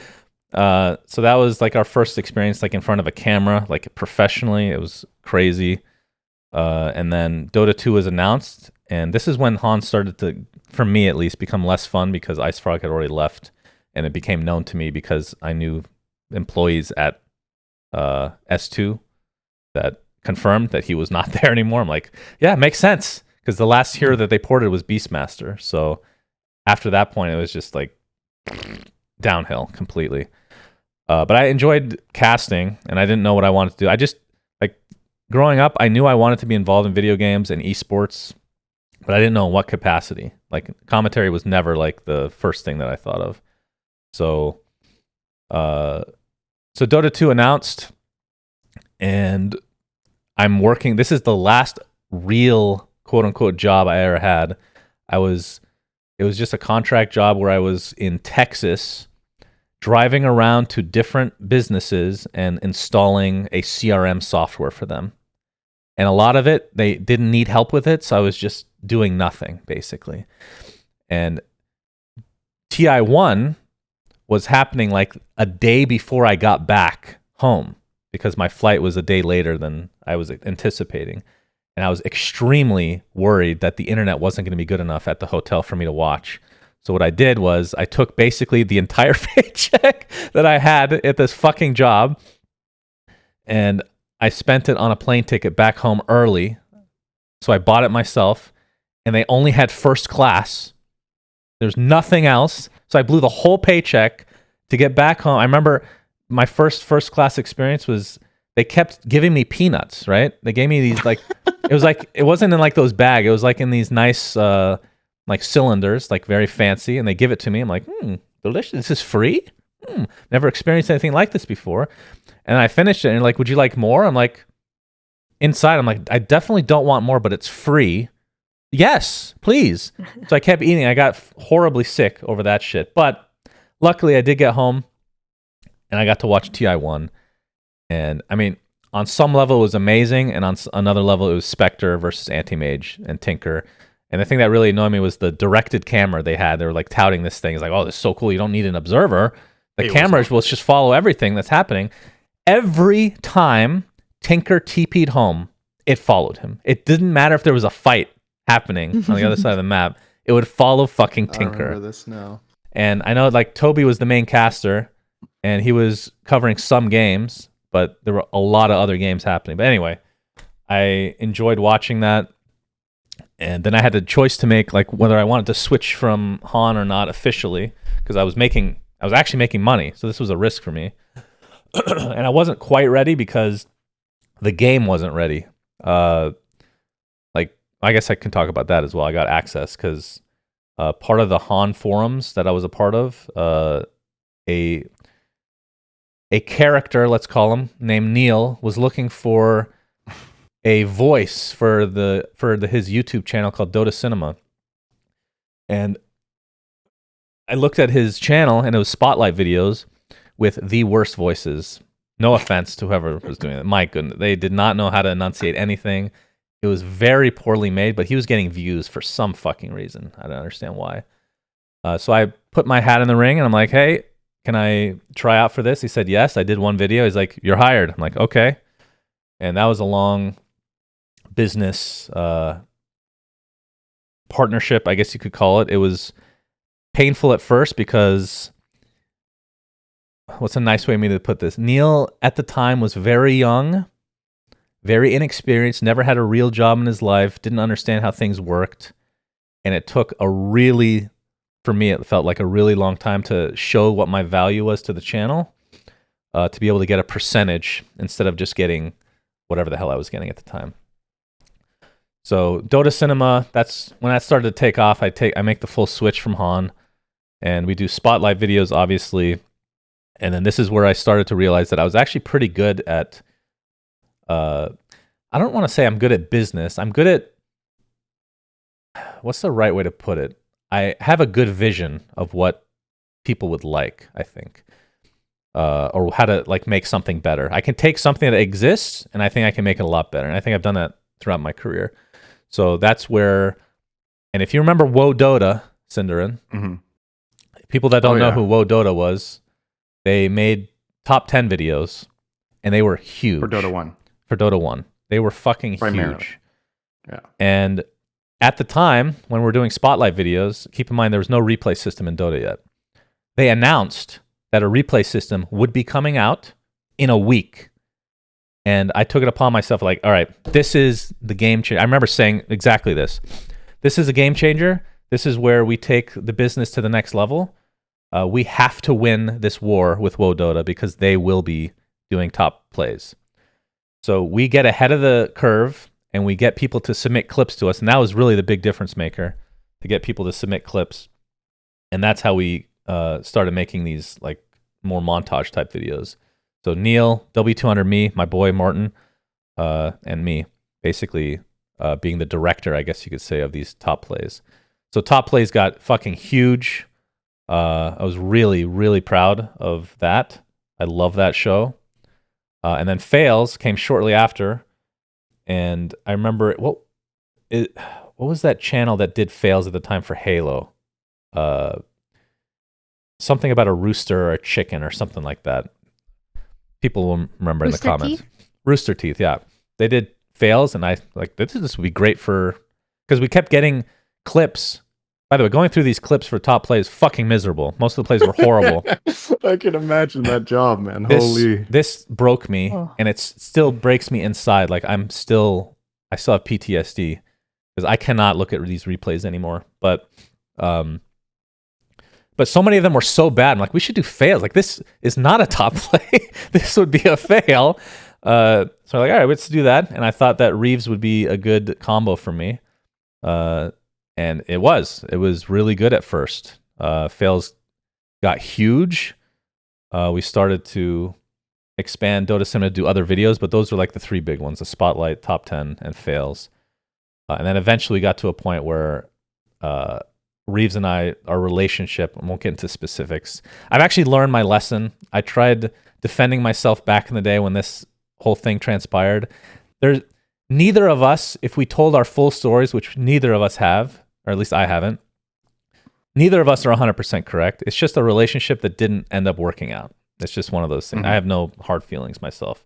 But like from a business side, it just wasn't something that worked. And this has happened to me throughout my career from time to time where, even if you like somebody, sometimes the way that you do business just does not align with them. Plain and simple. That's just how it was. And it got to a point where it started to affect our personal relationship. That's when Slacks kind of ended up taking over. But throughout this time, so other stuff that I really like to do with Dota Sim before I met Cinder, actually this was during the period probably as well. We started getting into the workshop. And I think of myself as a pioneer, of course, of the workshops, as you might know. Yes.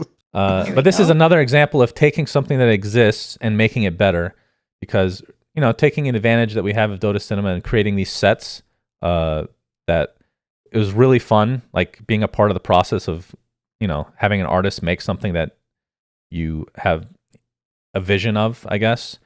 And then we have conversations with Valve. And they're talking to us about, basically it's me pitching them. This has been my relationship with Valve for like 10 years. I pitch them ideas. Usually they don't respond to my emails, but back then they did.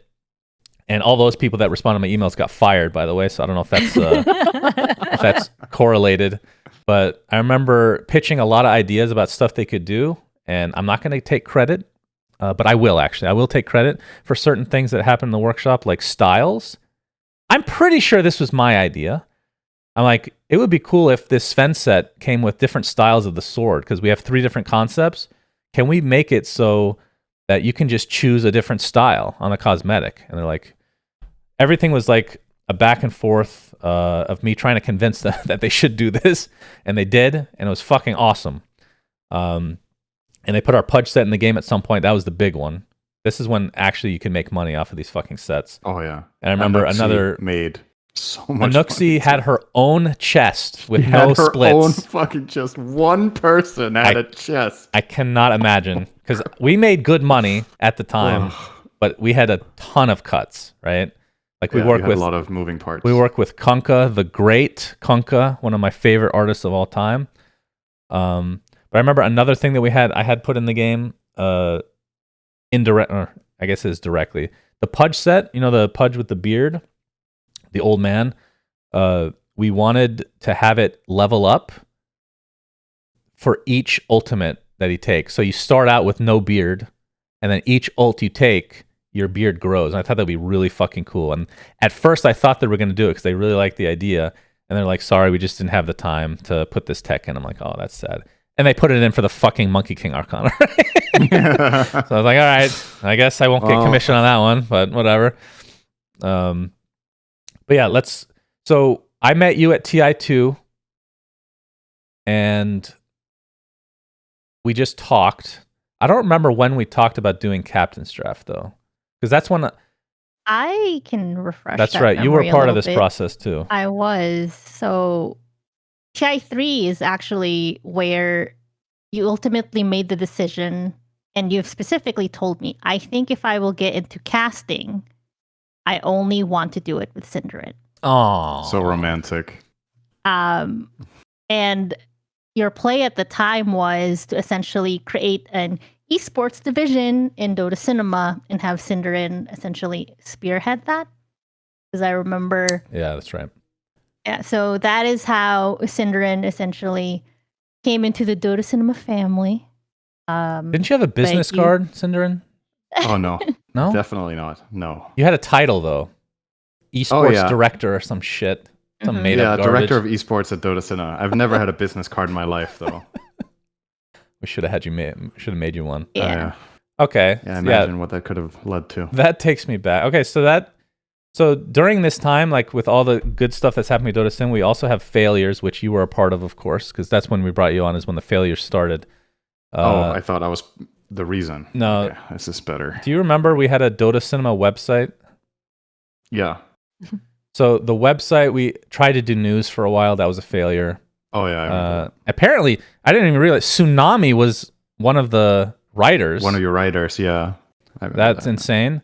But the thing I was so proud of, and this is where I met Buka and our other coder Pietro, great guys.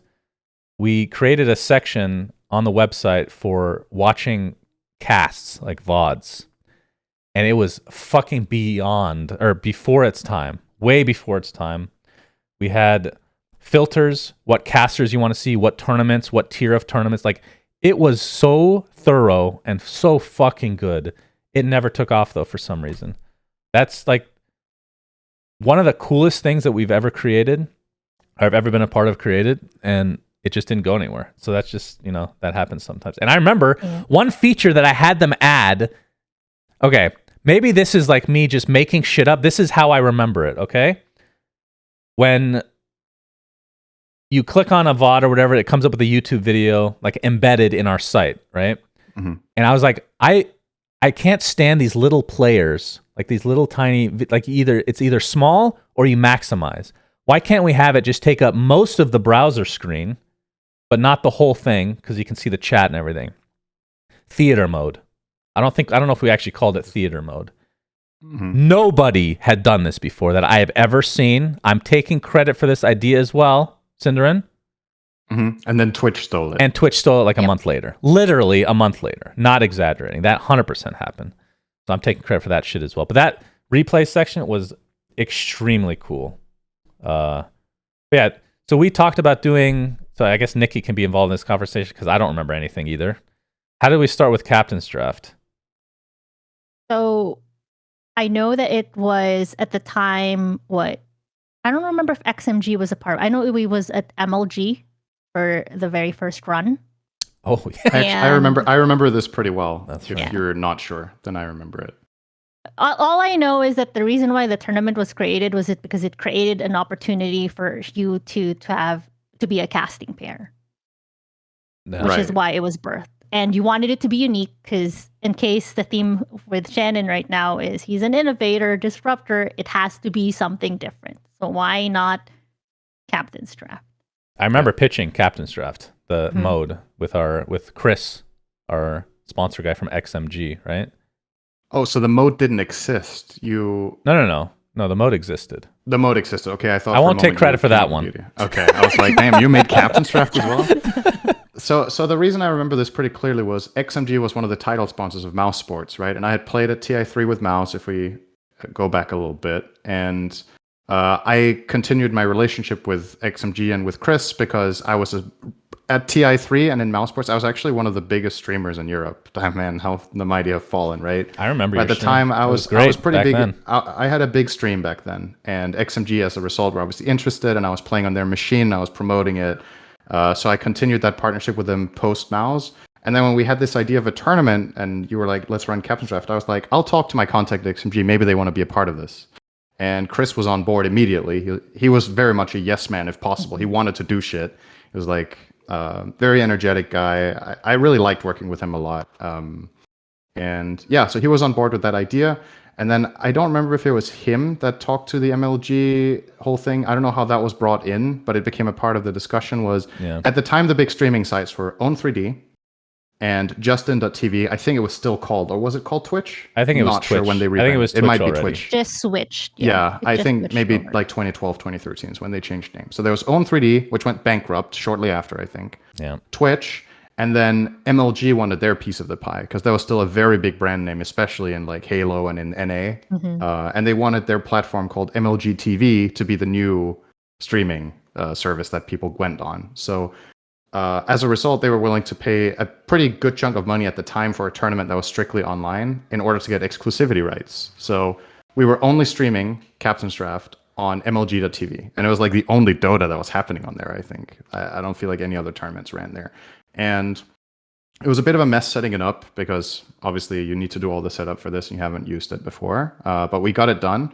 And obviously you would have to advertise and redirect viewers there because they didn't know that it was necessarily happening. But I think this was where it was very helpful that some of the big forums of the time, like Join Dota, Reddit, etc., had the live streams panel. That's right. And if you went on Twitch, you obviously wouldn't find it. But if you went on any of these tertiary sites or whatever you want to call it, the MLG TV link would be there, and it would be the Captain's Draft, and we made sure to advertise it on Reddit and get a following for it. And people were interested and excited because honestly, we got a pretty good roster of teams. We had a unique tournament format, and we had a new casting pair, and we did our thing, and people loved it. So that was I would say overall a really big success. And you brought in the whole workshop part, which was like the big moneymaker. That was for two, though, right? Two was the big Captain's Draft 2? Workshop That might was have been 2. So Yeah. Captain's Draft 1, so if the I'm first one if was I'm just remembering MLG right, TV online. if I'm remembering I right, think you're right. Nikki produced that, or was that 2 that you produced? I was 2 where I was producer. So I don't know who produced 1 then. Was it MLG actually giving us It was people? just you because think I it was you. remember having to step Oh. in to produce when you would use the bathroom. That's right. Oh, Yeah. yeah. I remember using the bathroom during No, a I cast kind once. of did it, Yeah. right? Yeah. Yeah. Okay, so Captain's Draft 1 happened. It was It was a a success. smaller prize pool, but it was considered a success. MLG was, even with MLG, it was a success, which is saying Yes. something. Yeah. Okay, and then The same year, I go think, Captain's Draft Mhm. 2 happens, right? And that's where the compendium that's where the Oh, workshop yeah. gets involved. And this is also one of my favorite projects that we've ever done, is Captain's Draft 2, because it was very homely, I want to say. Literally did it from our house. Nikki did the production, and the workshop, again, innovating, Cinderin, innovating. Yes. We had yes. Buka on board. We had Kunka on board. We had all these artists on board. We had a fucking all-star lineup. for that All-star compendium. roster. We had so good. a compendium that still to this day in Dota is the biggest prize pool contribution to any Western Dota tournament. Is still Captain's Draft 2, I think. Were we the first to even put out a third-party compendium? Because I remember having those back and forths with Valve about it. Yeah, I don't remember if we were not first, then we were like second, but It was very early. We were the at big least. one. We were the main big one that ended up benefiting from this. So yeah, we took a prize pool of, was it 20 or 50K, and it became 276K.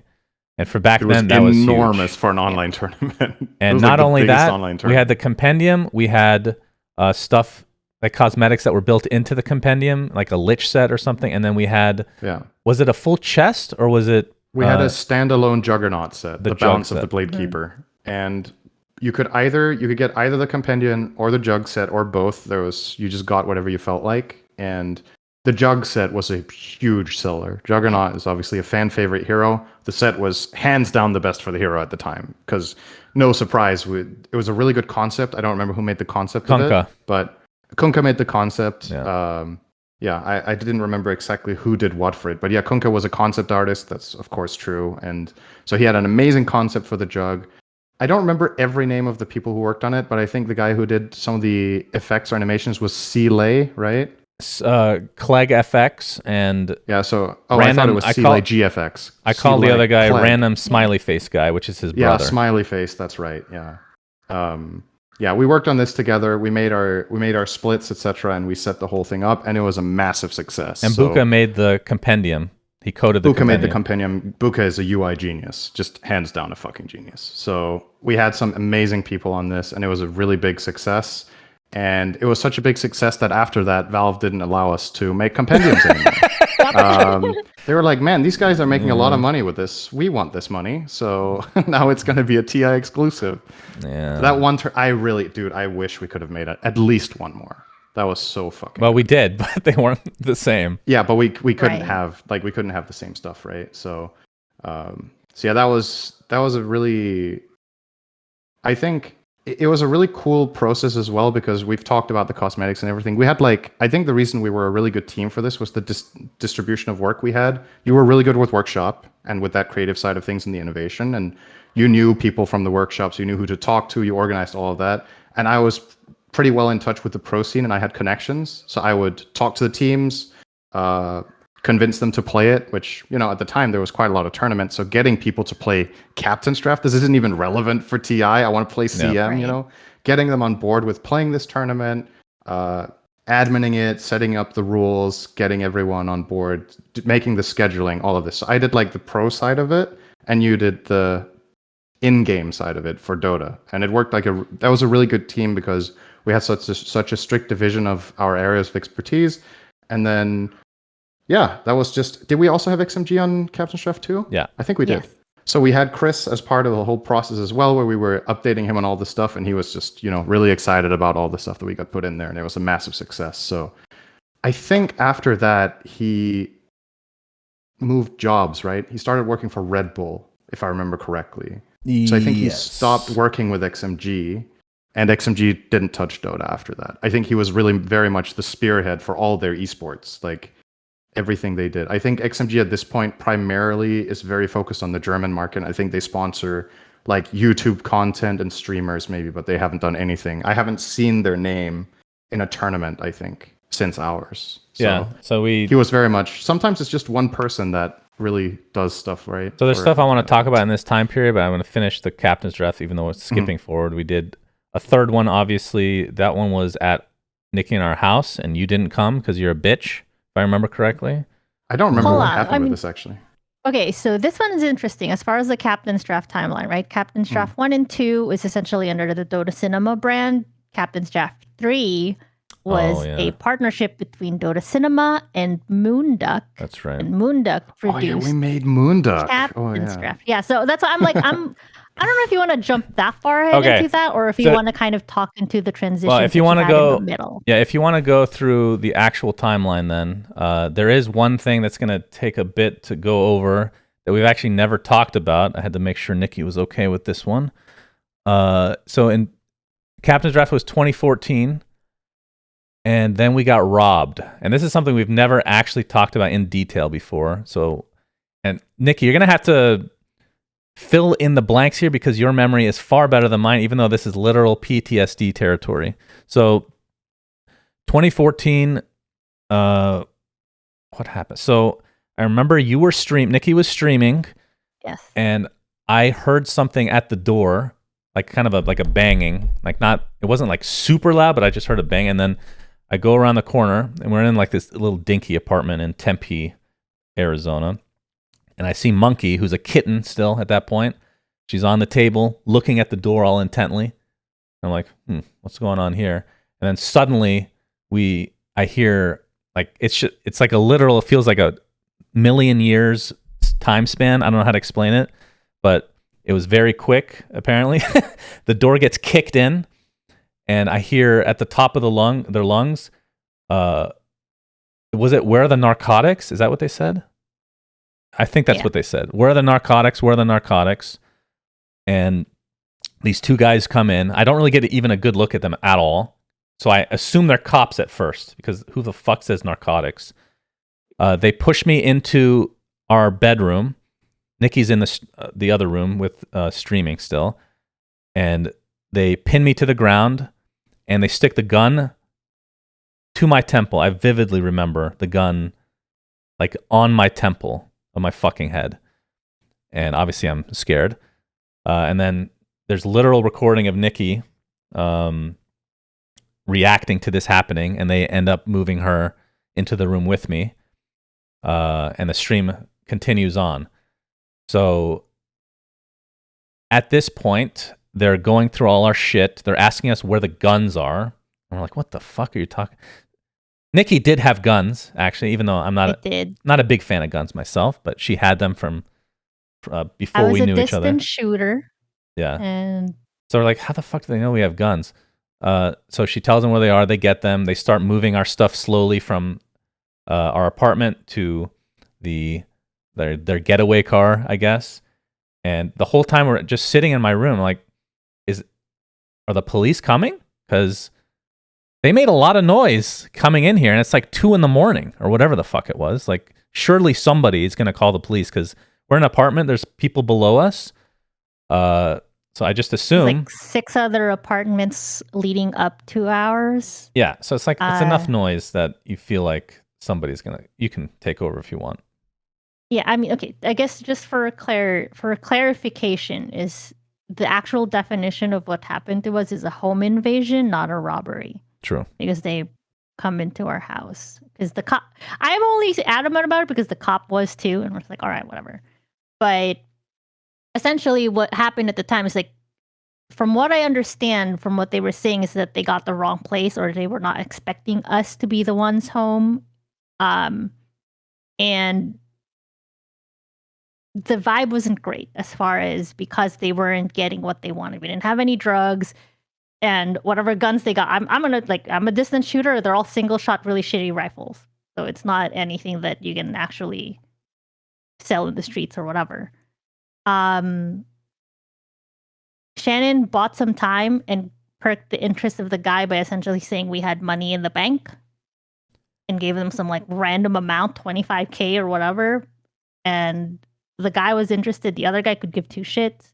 He was the scary one. Yeah. So one of them left, and the other one decided to stay and wait for the banks to open at 9 a.m.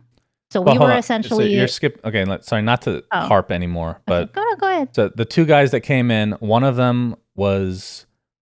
They're so different. I actually remember this very vividly. One of the guy that had the gun to my head was like very animated, very aggressive, very vocal, and I think looking back, probably very nervous. Super nervous, yeah. And the other guy, extremely calm, is talking to us.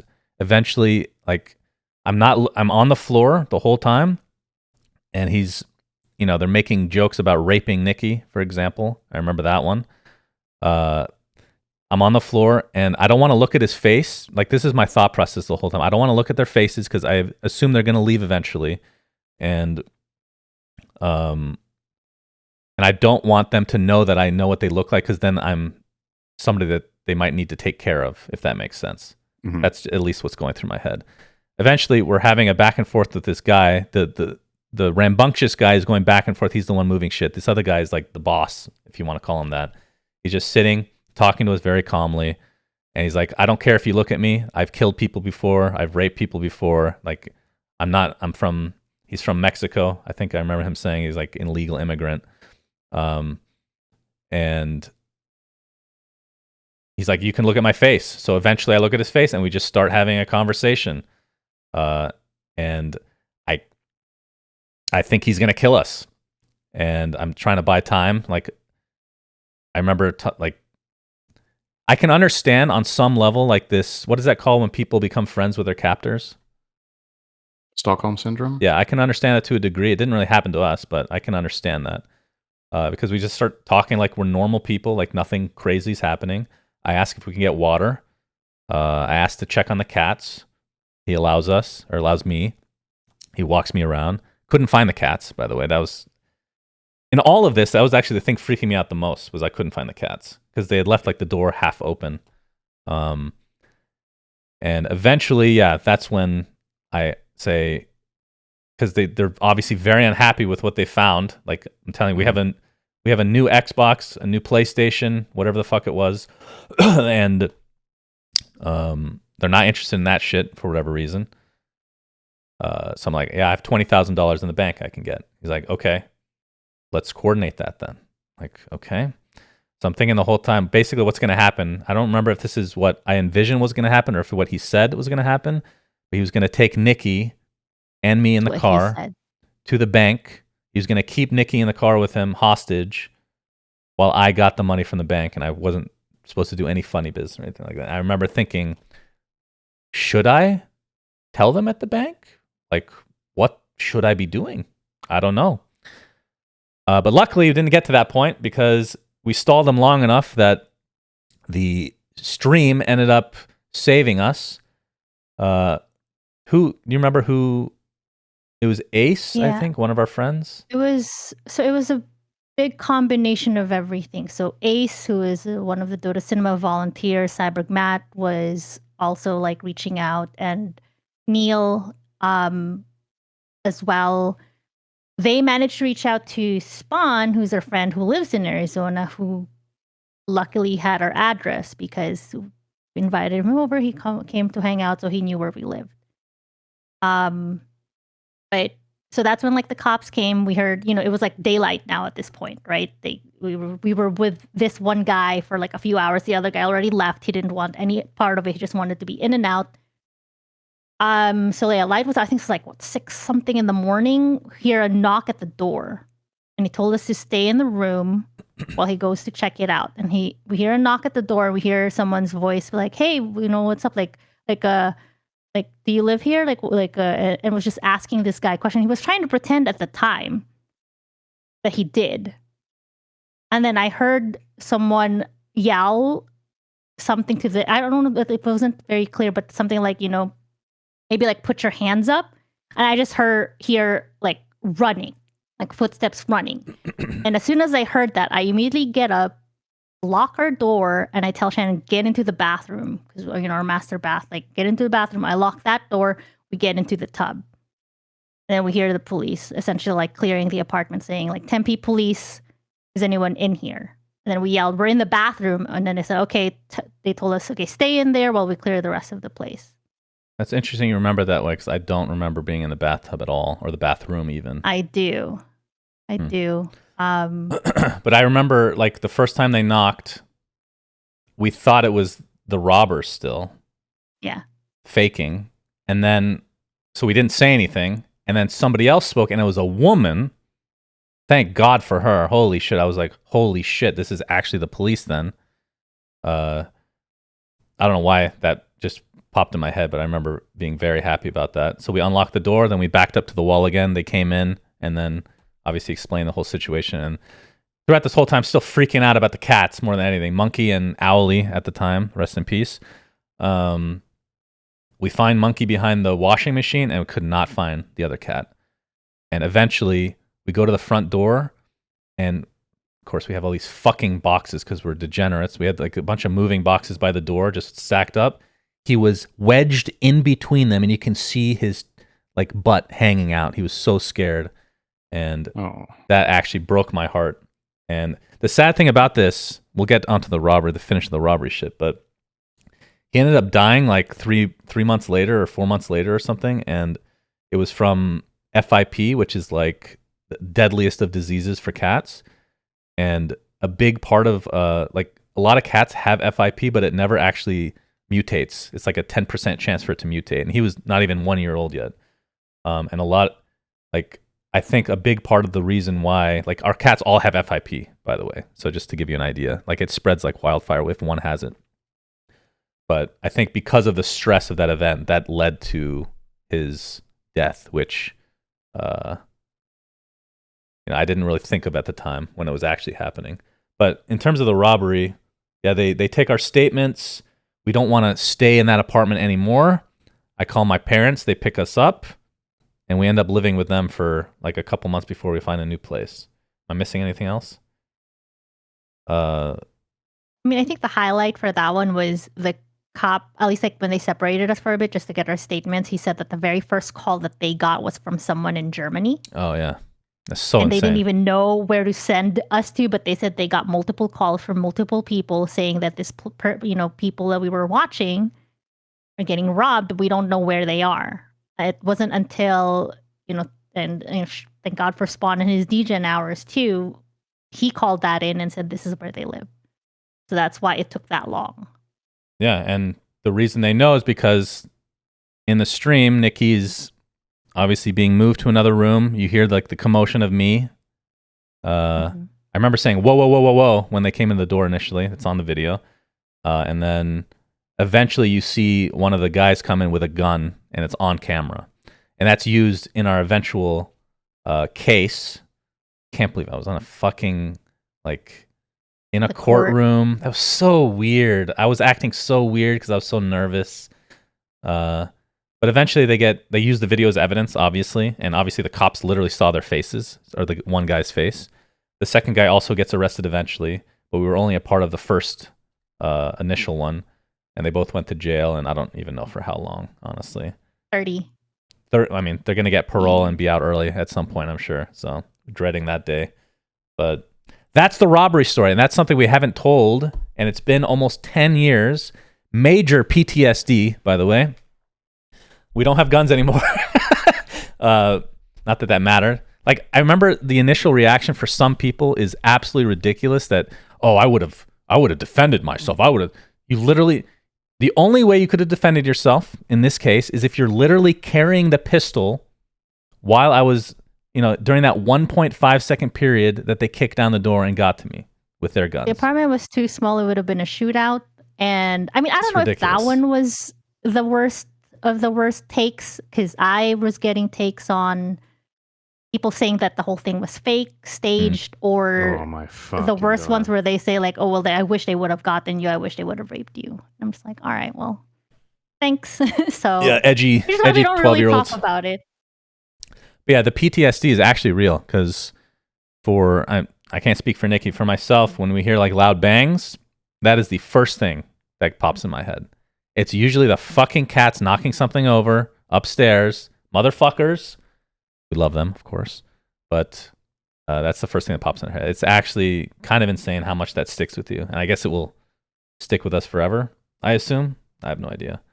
So that is the robbery story, which we turned that into a positive, not to make this a negative thing, Syndrome, but I thought that would be the only time we would ever talk about this anyway. After that happened, there was a big thread. Obviously, a lot of people were very helpful and nice and all that stuff. And a few weeks later, actually it was not long after, it might have been a few days, Ice Frog messages me directly, and which is a fucking dream, by the way. And he says, obviously asks if you're okay, checking in and all that. Like, everybody at Valve is worried, blah, blah, blah. Like, yeah, thank you. So that was nice. And then he invited me to TI4. It's like, I don't know if this is too early to mention work, but we'd like to have you for TI4 Noob Stream. And that was the first TI I was invited to, and the last for quite a while. But I remember casting that with Purge. It was a resounding success. I thought we did really well. The reason Purge was invited was because I remember them asking who I wanted to cast with, and Purge was not one of the people they had on their list. I can't remember who they said I should. Rascal. Was it? No, I think it was AC. wasn't it? No, Draskell was your pair. Oh, okay. Well, Yeah. sorry, Draskell.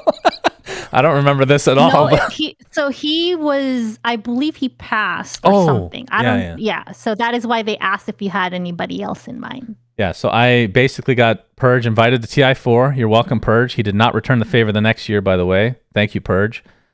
Because they liked him more than me, for obvious reasons. But TI4 was amazing. I had so much fun. That tournament was terrible. The games were terrible, though. But it was a lot of fun, the like last being behind few the ones, scenes. right? Yeah, that's true. The group stage and the early part of the That's true. playoffs were fucking great at TI4. Everybody The way I remembers the remember end, though, right? Yeah, of course. The last 2 days were not great. So then moving on, I don't know when, I guess this was after. So then after TI4, I remember there was we were casting a lot together. We would cast DAC. I think this was during that time. At BTS that was like one of the right? biggest tournaments ever.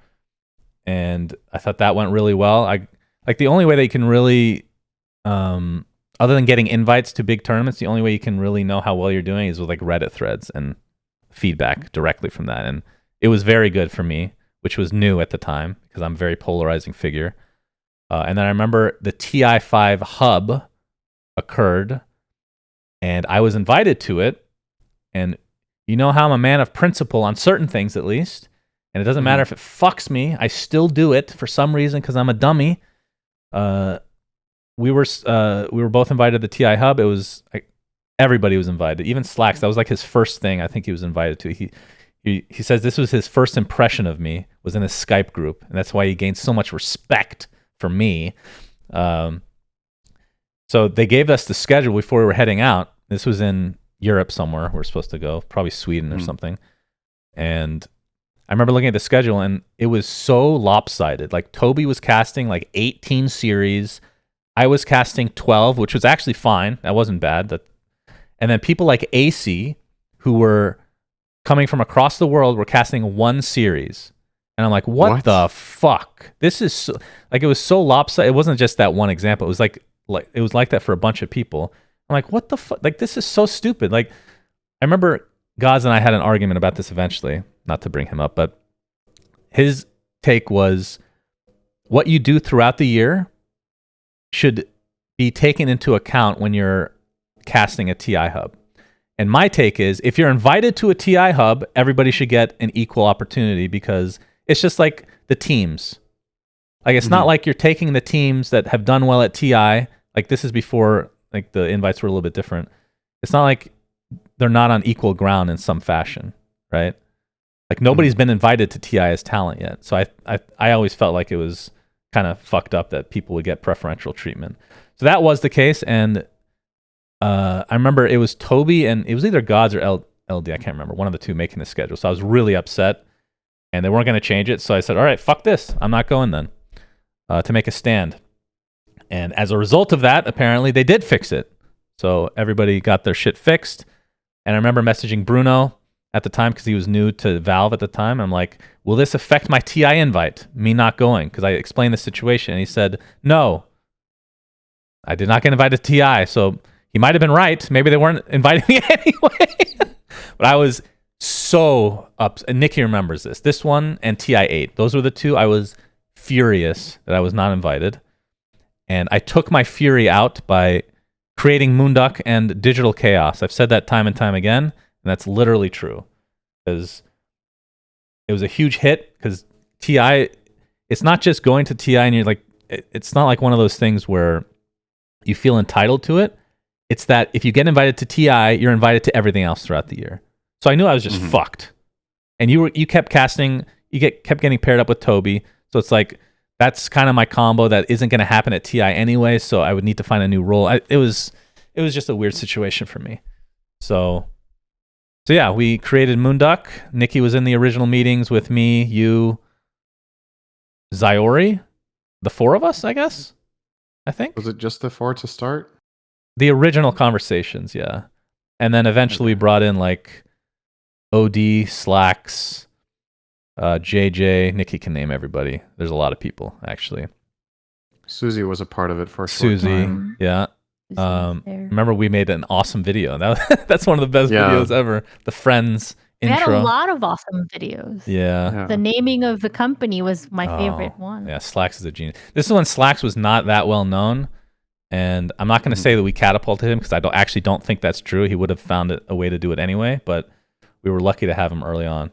But we did make some major mistakes. I think Moonduck is a cautionary tale. I think not to get into specifics, but I think trusting that everybody would be on the same page does not work generally.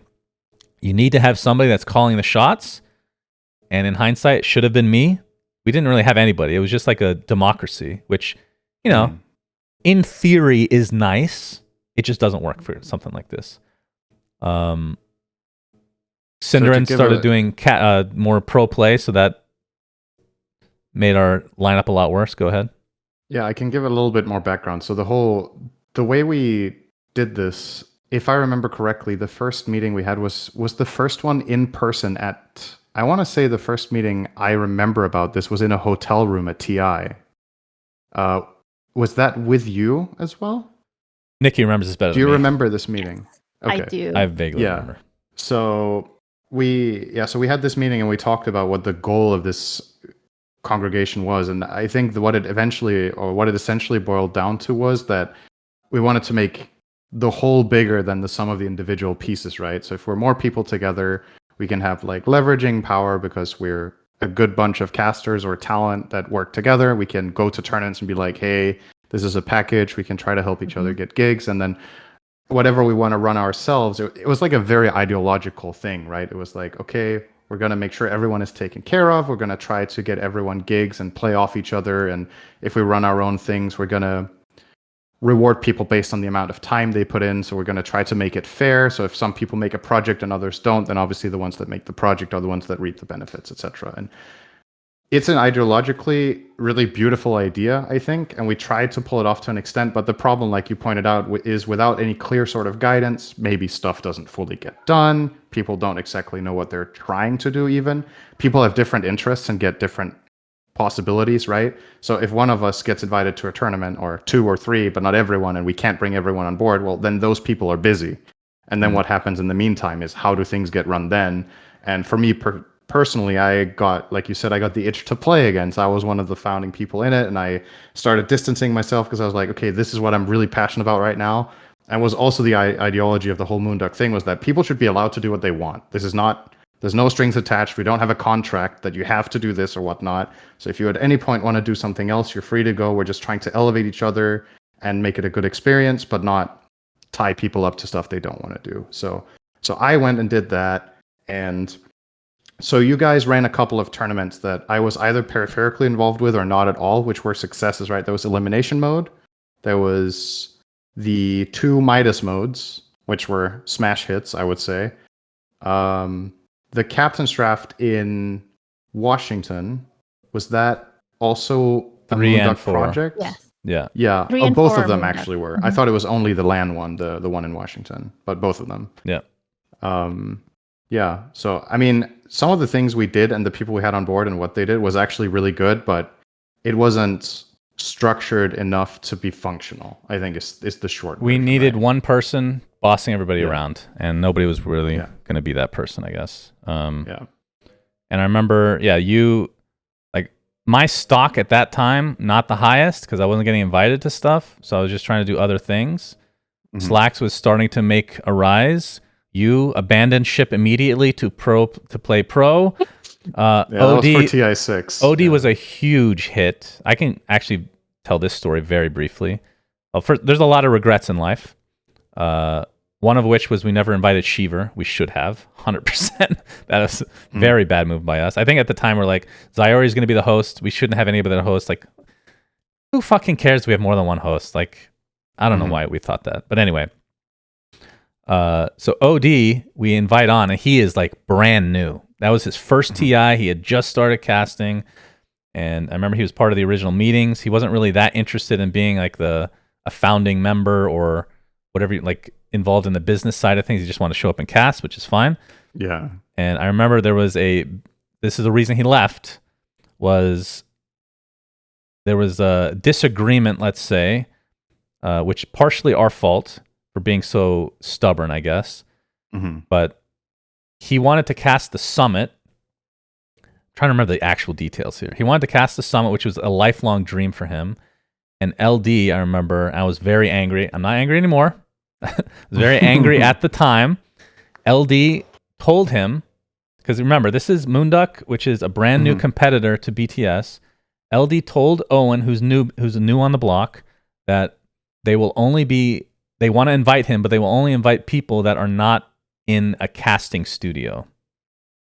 Which it was obviously a business play, because they continued to invite people all the time that were part of casting studios. They just wanted to create some friction, I suppose, and that ended up. And I think we made some mistakes on being so hard on like certain stances, I guess. I can't remember the details though. That's why he ended up leaving, which was a shame, because obviously that's a pretty big fish to leave the pond, as it were. Mm-hmm. So from that, what do we have? We have Captain's Draft 3 at our house, which Synderen didn't come to, even though he was invited. I don't remember at all what went down with this, by the way. Well, you cast one series with me online, and we called it a day, just to say that you were a part of the tournament, even though you did nothing. But yeah, it was fun having people at the house. This paints me in a great light. I love this. we brought all the talent to our house. This was the place that we moved to after we got robbed. I mean, I'm pretty sure you were on a team, so yeah. So there's actually a good reason. Without remembering this by heart, I would say knowing myself at the time, I would have gone to this if I didn't feel tied up with something else. So it must have been something like, maybe I talked to my teammates about it and it didn't line up, or maybe we had a tournament coming up, or maybe like it was too important, so I couldn't go. Yeah. It might also for me have been me. I think the realization I might have also come to was that in the past, when I had played on teams and cast on the side, I was probably also worried that if I went and did this, the team would see it as, oh, you're prioritizing that again. And then I was, in the back of my mind, you have this voice saying, you need to show to this team that this is your number one priority and that you care about them above everything else. Which, I mean, at the time I did. I wasn't going off to cast on the side because I was like, yeah, fuck, this playing isn't going to work out. I don't believe in you guys. It wasn't like that at all.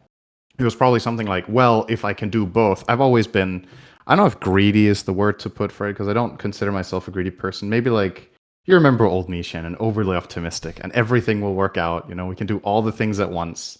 So I would definitely have wanted to have the best of both worlds. I guess that's the best way of saying it, is that I try and I strive for and I hope I can have everything, but sometimes you just can't. And in that situation, I felt like it was going to be too big of a compromise for the team to like. That's how I remember it. But I guess the reason I cast a series with you online was that I think you were pushing for it a little bit. You wanted to at least have had me be a part of it. Yeah. And I think part of the reason was you wanted to be able to put it in the deck, right?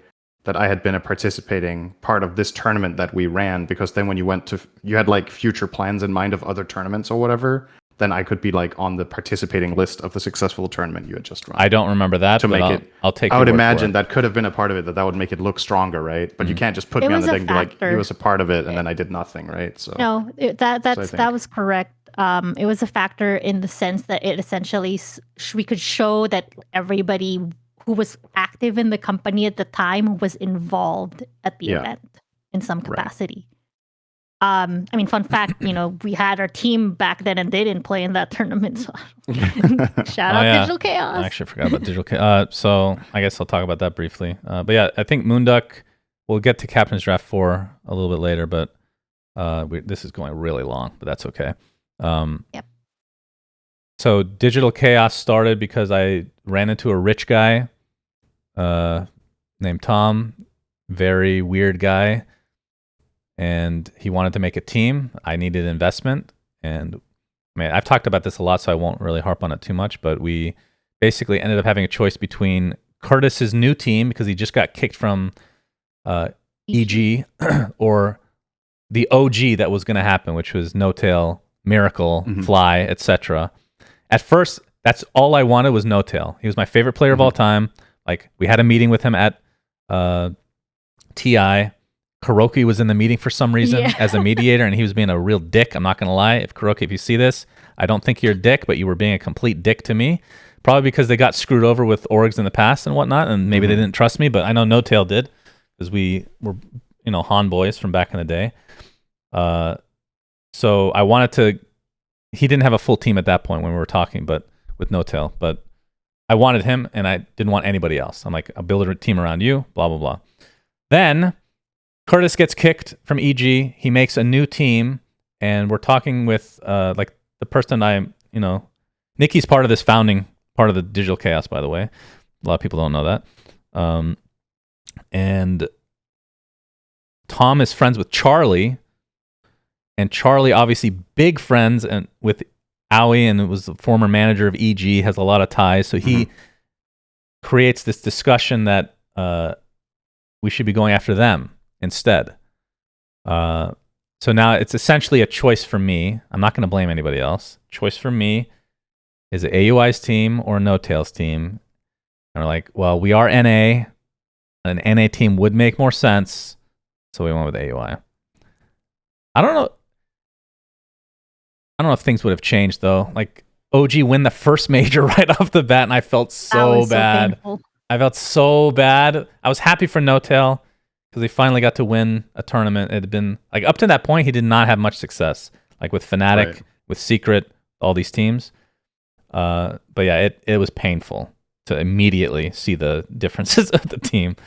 But long story short, we changed rosters a couple times, and then AUI and Bulba leave for EG without us knowing, but they're poached by EG, I should say, after, like, right before the roster lock. So we end up with a bunch of just like the last available people to fill out the roster that we already kind of had with Weehaw. Moo was one of the random people that we found as the last minute replacement. It was Misery, Weehaw, Soxa, those were and Roman. So actually we had Resolution. Yeah. Resolution. We had 4, I guess. So Moo was the last one to be added. And, I feel like we've talked about this a lot, so I won't go too long, but they did not have much success early. And then TI, we just hit like some momentum out of nowhere, and we crushed it. Second place. Very stressful for me. But I think the thing that was so weird about it, and I've talked about this a bit in the past, kind of mixed feelings about the whole experience, because Tom, the business guy that I was with, was very bad at everything. He was a complete narcissist. Everything that we think of for Donald Trump is what he actually was as a person, and I witnessed it firsthand. Like, he would talk shit about Nikki to me, talk shit about me to Nikki, as if we're not going to tell each other.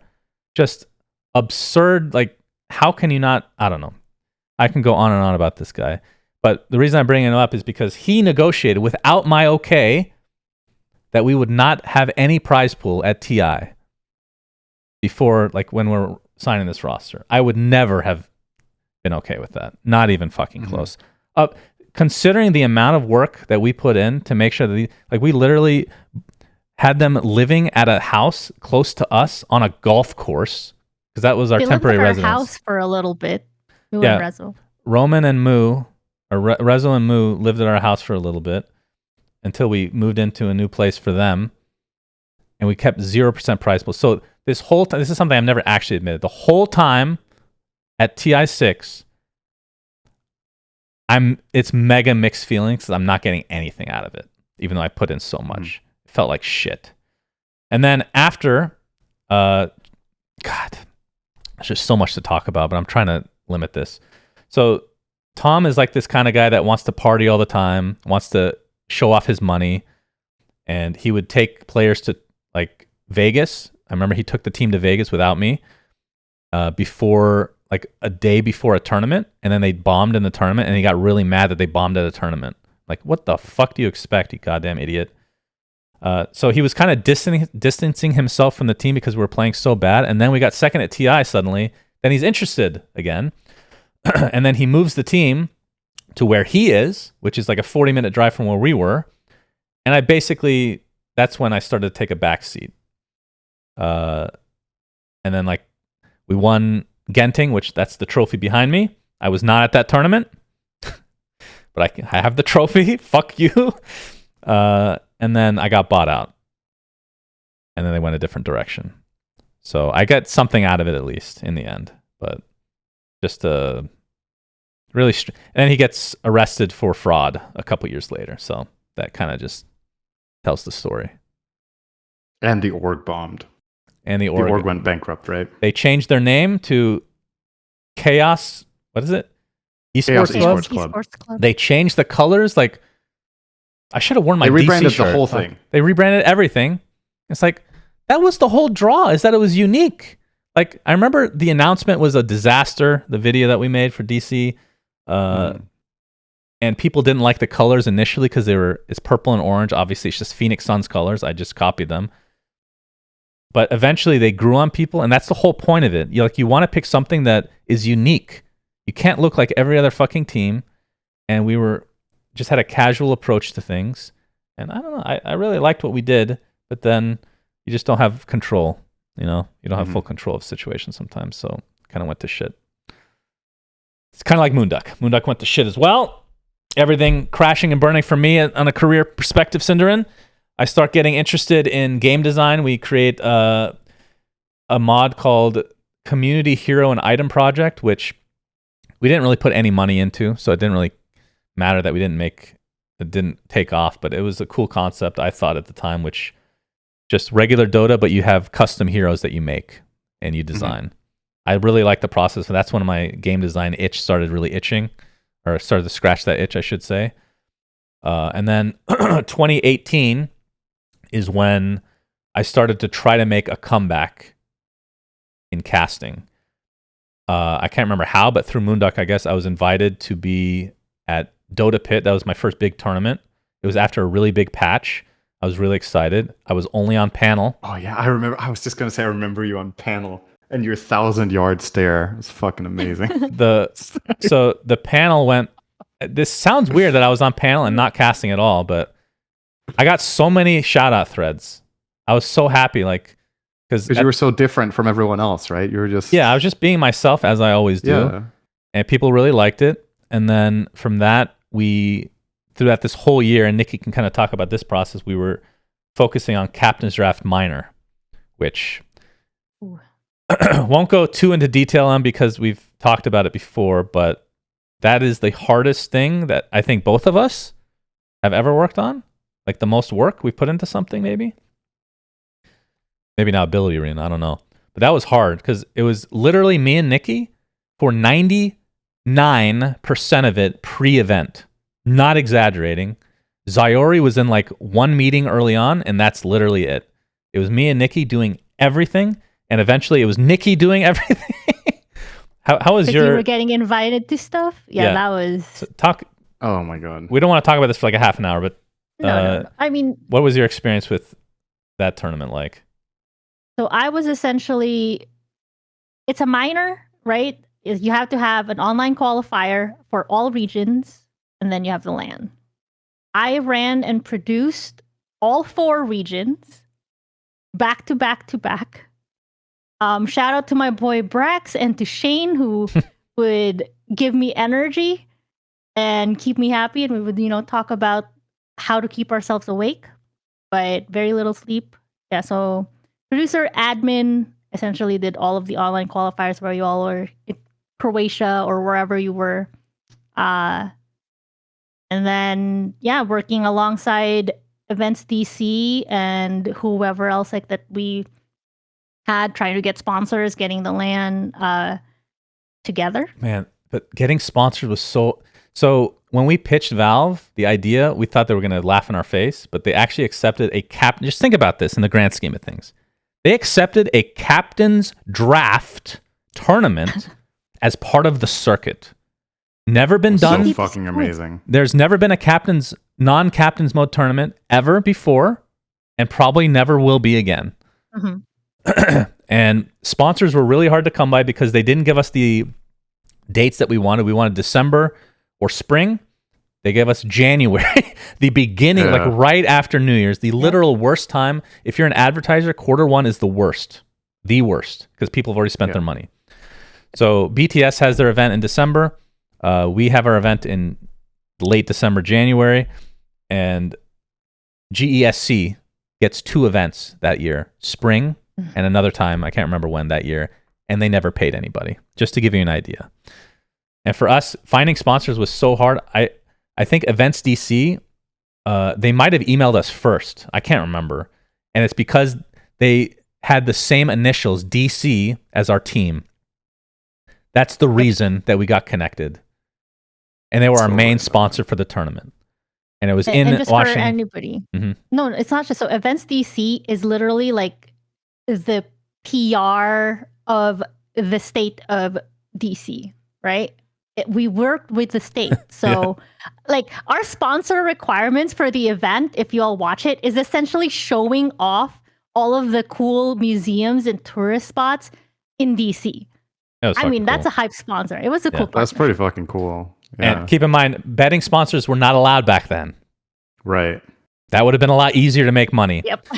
So we had Events DC. Eventually we get Red Bull, I think in part because of Chris, maybe? I can't remember, actually. Could have been. Yeah. And that's kind of it. Maybe a small chair sponsor after the fact. The tournament cost so much money. I had to put personal money in to make sure the tournament happened. Like we would order last minute, like headphones, or I can't remember. We ordered a bunch of shit. We got there. There were a lot of problems that we shout out to Buka for helping us a lot with, like the tech stuff. Slack's doing the content pre-event or right before the event. Shane Brax and Korok actually helped a lot with adminning and stuff. And Cyborg Matt helped a lot because we had some internet issues at the hotel. But compared to the majors that just occurred this year, it went off without a hitch by comparison. I think we had one period during the tournament where we had like this hour-long break because the computers kept crashing. Yep. And that ended up being amazing for us because we had a panel. It's like a very storied panel now that I can't remember what people are calling it, but it's with Slacks and Jack and whoever else. They just filled for an hour. The fill panel, that's what it's called. Filled for a fucking hour. And then, the tournament overall, in the grand scheme of things, went really well, other than my wallet was hurting. Eventually, I do get paid back from Moonduck after like 5 years of the small amount of money that we make. But that is probably the hardest thing that I ever... And I think my casting, I'm too cringed out to look at our casting syndrome, but I remember not being happy with it because I was so stressed about the event itself. It's actually so hard to be in that position and cast. But I did. Can imagine. And that was my first finals cast, of course. I put myself on the finals. I remember there being a thread about that, actually. Suns fans his way to grand finals casting. So it's kind of for me, it's an up and up on my career. Then I get invited to, oh shit. Where's PGL located? Romania. Yeah, we get invited to Romania for Bucharest. A big major. Bucharest major? Bucharest major. I'm also on panel for that, not casting. Again, get a bunch of nice threads about me, so I'm happy. I'm like, okay, maybe there's a chance to get invited to TI. Then I get invited to the super major in China, and I also get threads at that event, but then halfway through, my dad dies, and I have to fly back home, obviously devastated. And then I don't get invited to TI. And that is the second time I get enraged over. I feel like, I don't know. At that point, I'm like completely lost. Like, I'm not sure what I'm supposed to do. I'm creating tournaments. I'm casting in tournaments. I'm paneling in tournaments. I'm getting extremely good feedback. I have literally no idea why I'm not getting invited to this fucking tournament. So I make a blog post saying that I'm going to take a break. People think of it as me retiring for some reason. I'm saying I'm taking a break from Dota for a bit. Started focusing on Artifact. And we all know how that ended. So when that crashed and burned, Cinderin, next uptick was the podcast. We create a podcast together. I'm in a dark place. Finally get some, consistent content that I can be a part And of. you absorbed all my positivity, and I absorbed all your negativity. That's right. Thank you. And then You're the life force that I've always needed to consume. it's really an equilibrium right here. Yeah. So we start the podcast. I genuinely was not expecting Cinder to show up every week. I know I joke about that. That's serious. I actually am surprised you've showed up every week.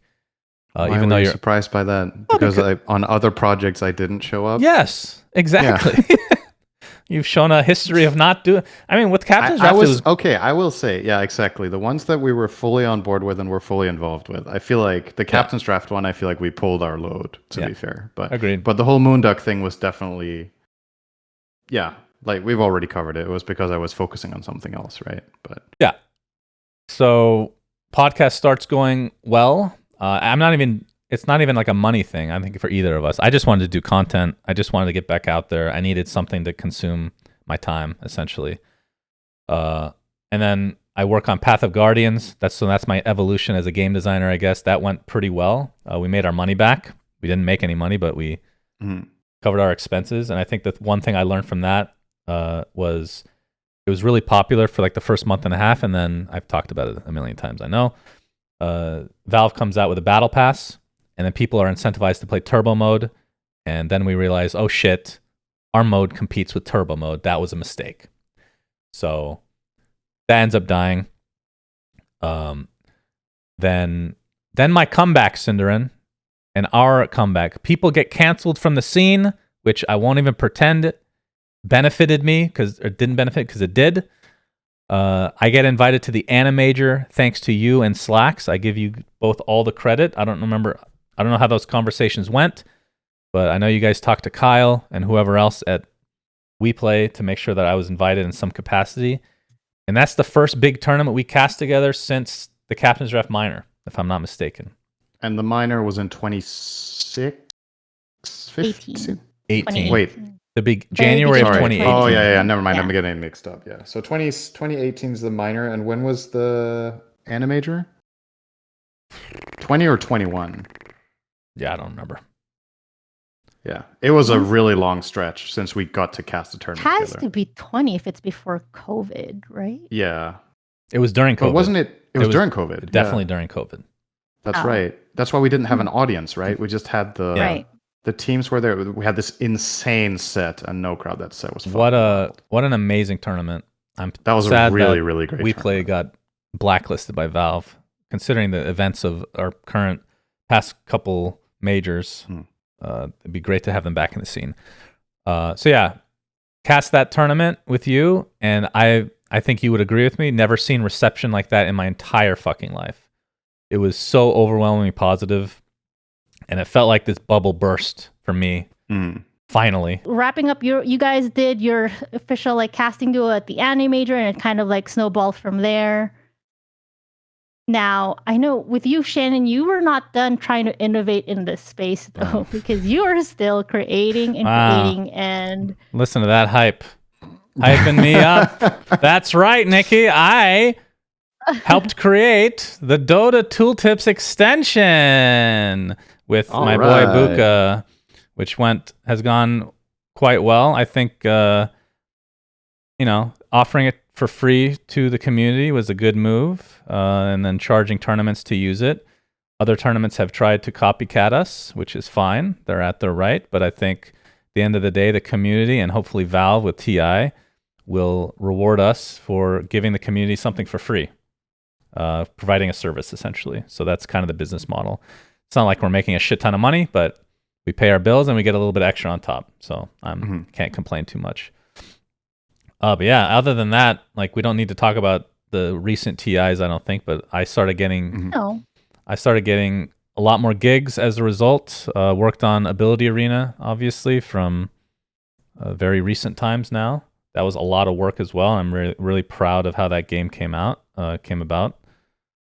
And yeah, that kind of brings us to present day, I suppose. Wait. I know you said you didn't want to talk about recent TIs. I think it's still worth talking about. You've been in a TI drought, and now you've established yourself as a casting pair with Cinderin. You finally get invited to a TI. Yes. That happens to be Yes. Quite unfortunate the timing. Yes. Talk to me about the little. What is it? Was it still like very good? Was it everything that you imagined? No crowd. Yeah, that's how I imagine. I hate the crowd. I hate people. Oh yeah, yeah. that's true. Actually, I mean, all the You have TIs I've been ground, invited to have been weird in their own way, I guess. TI4 was the closest I had to a real experience, but I'm on the noob stream. I didn't take part on the official broadcast at all. TI5. And you're not in the arena, right? You're not with the crowd.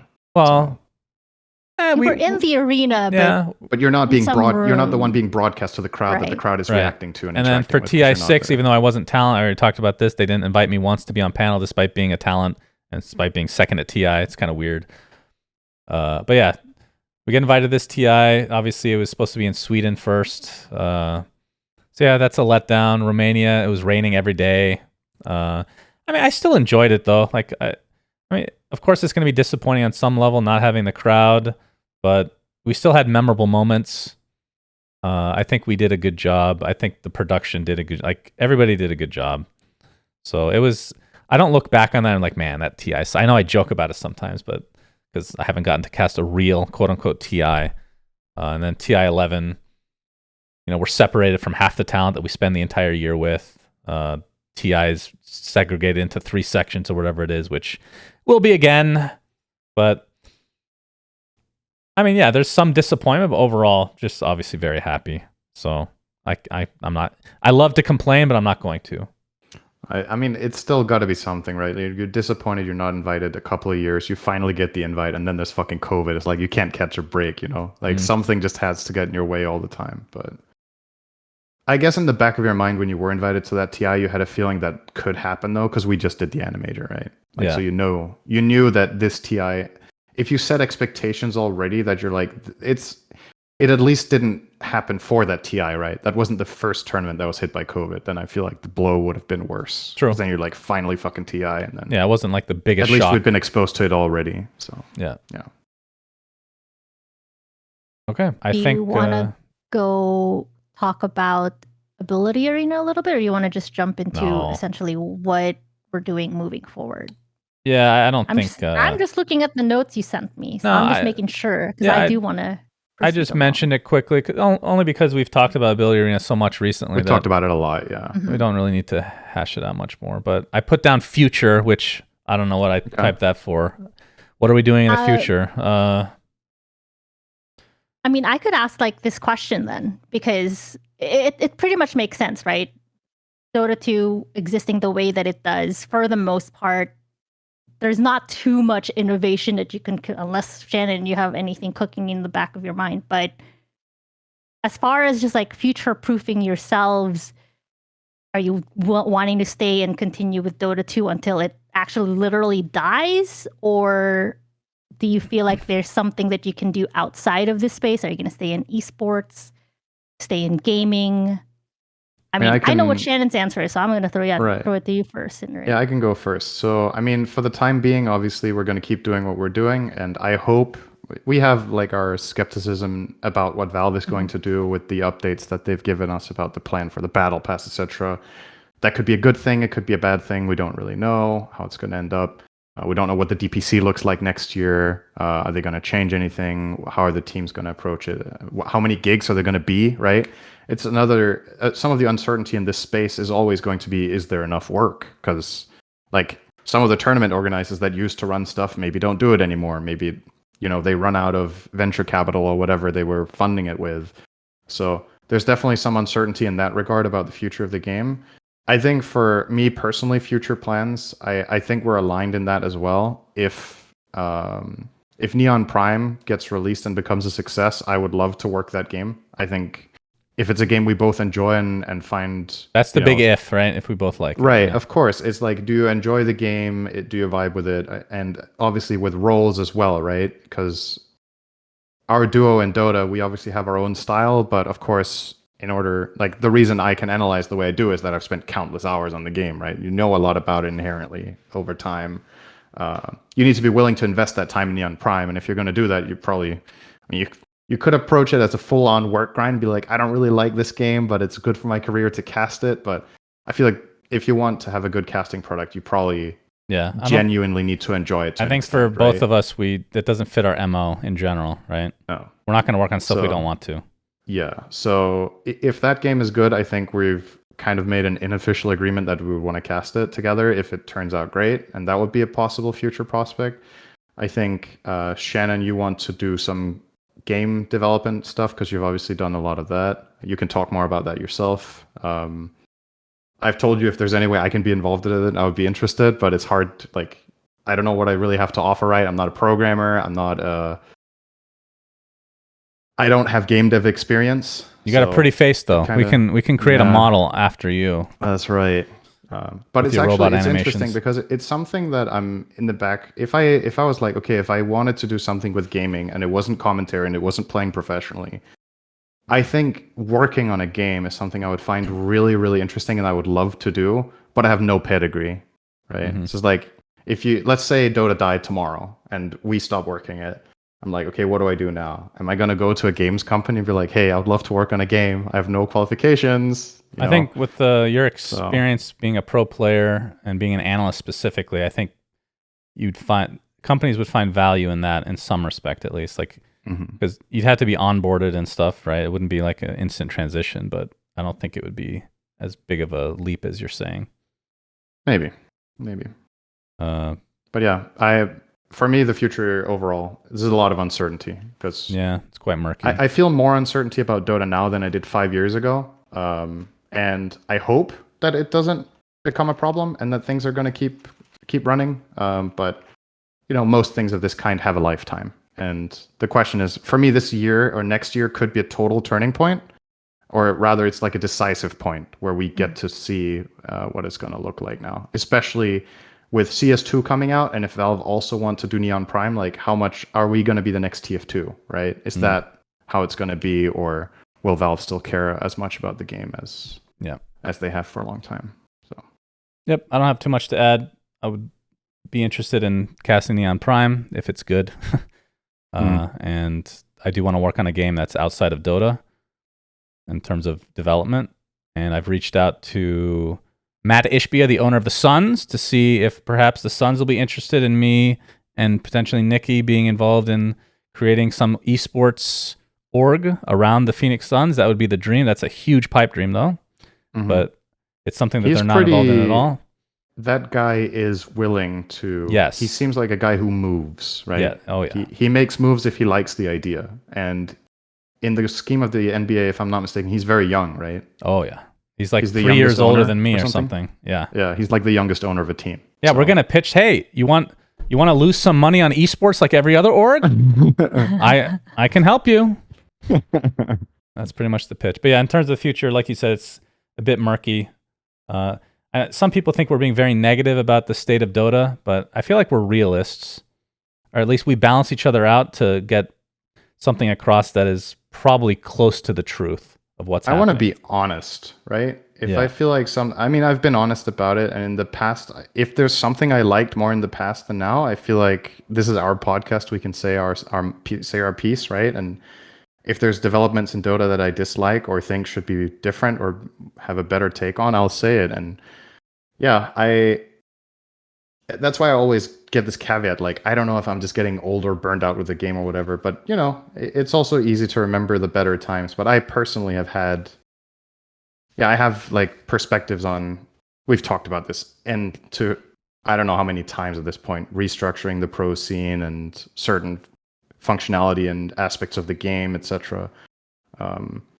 And a lot of the stuff recently has been skeptical, so it might come across as really negative as we don't like Dota. For me, it's pretty much the opposite. I care and love this game so much that I want things to be better because I want the game to be the best game ever still, right? So if there's movements that I'm not a fan of, I want them to be taken in a different direction. So okay. We'll see. Before we get to the last portion, which is the pop quiz or whatever we call it, trivia.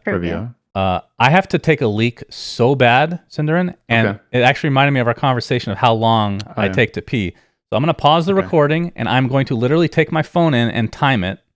Okay. And you know me, I don't cheat. Okay. Okay. And you're going to see me walk. Well, I guess the people won't see it, but you will. I will have to like bend over to be able to walk. It's so painful. Okay, so I'm gonna pause real quick. Before you go, Yeah. I'll do the same. I'll start my timer when I start. I really need to pee as well. Okay. Nikki, you as And well. then All right, three. Okay. Nikki can sit here and look pretty in the meantime. Okay. All right. We'll be right back. We'll be back. All right.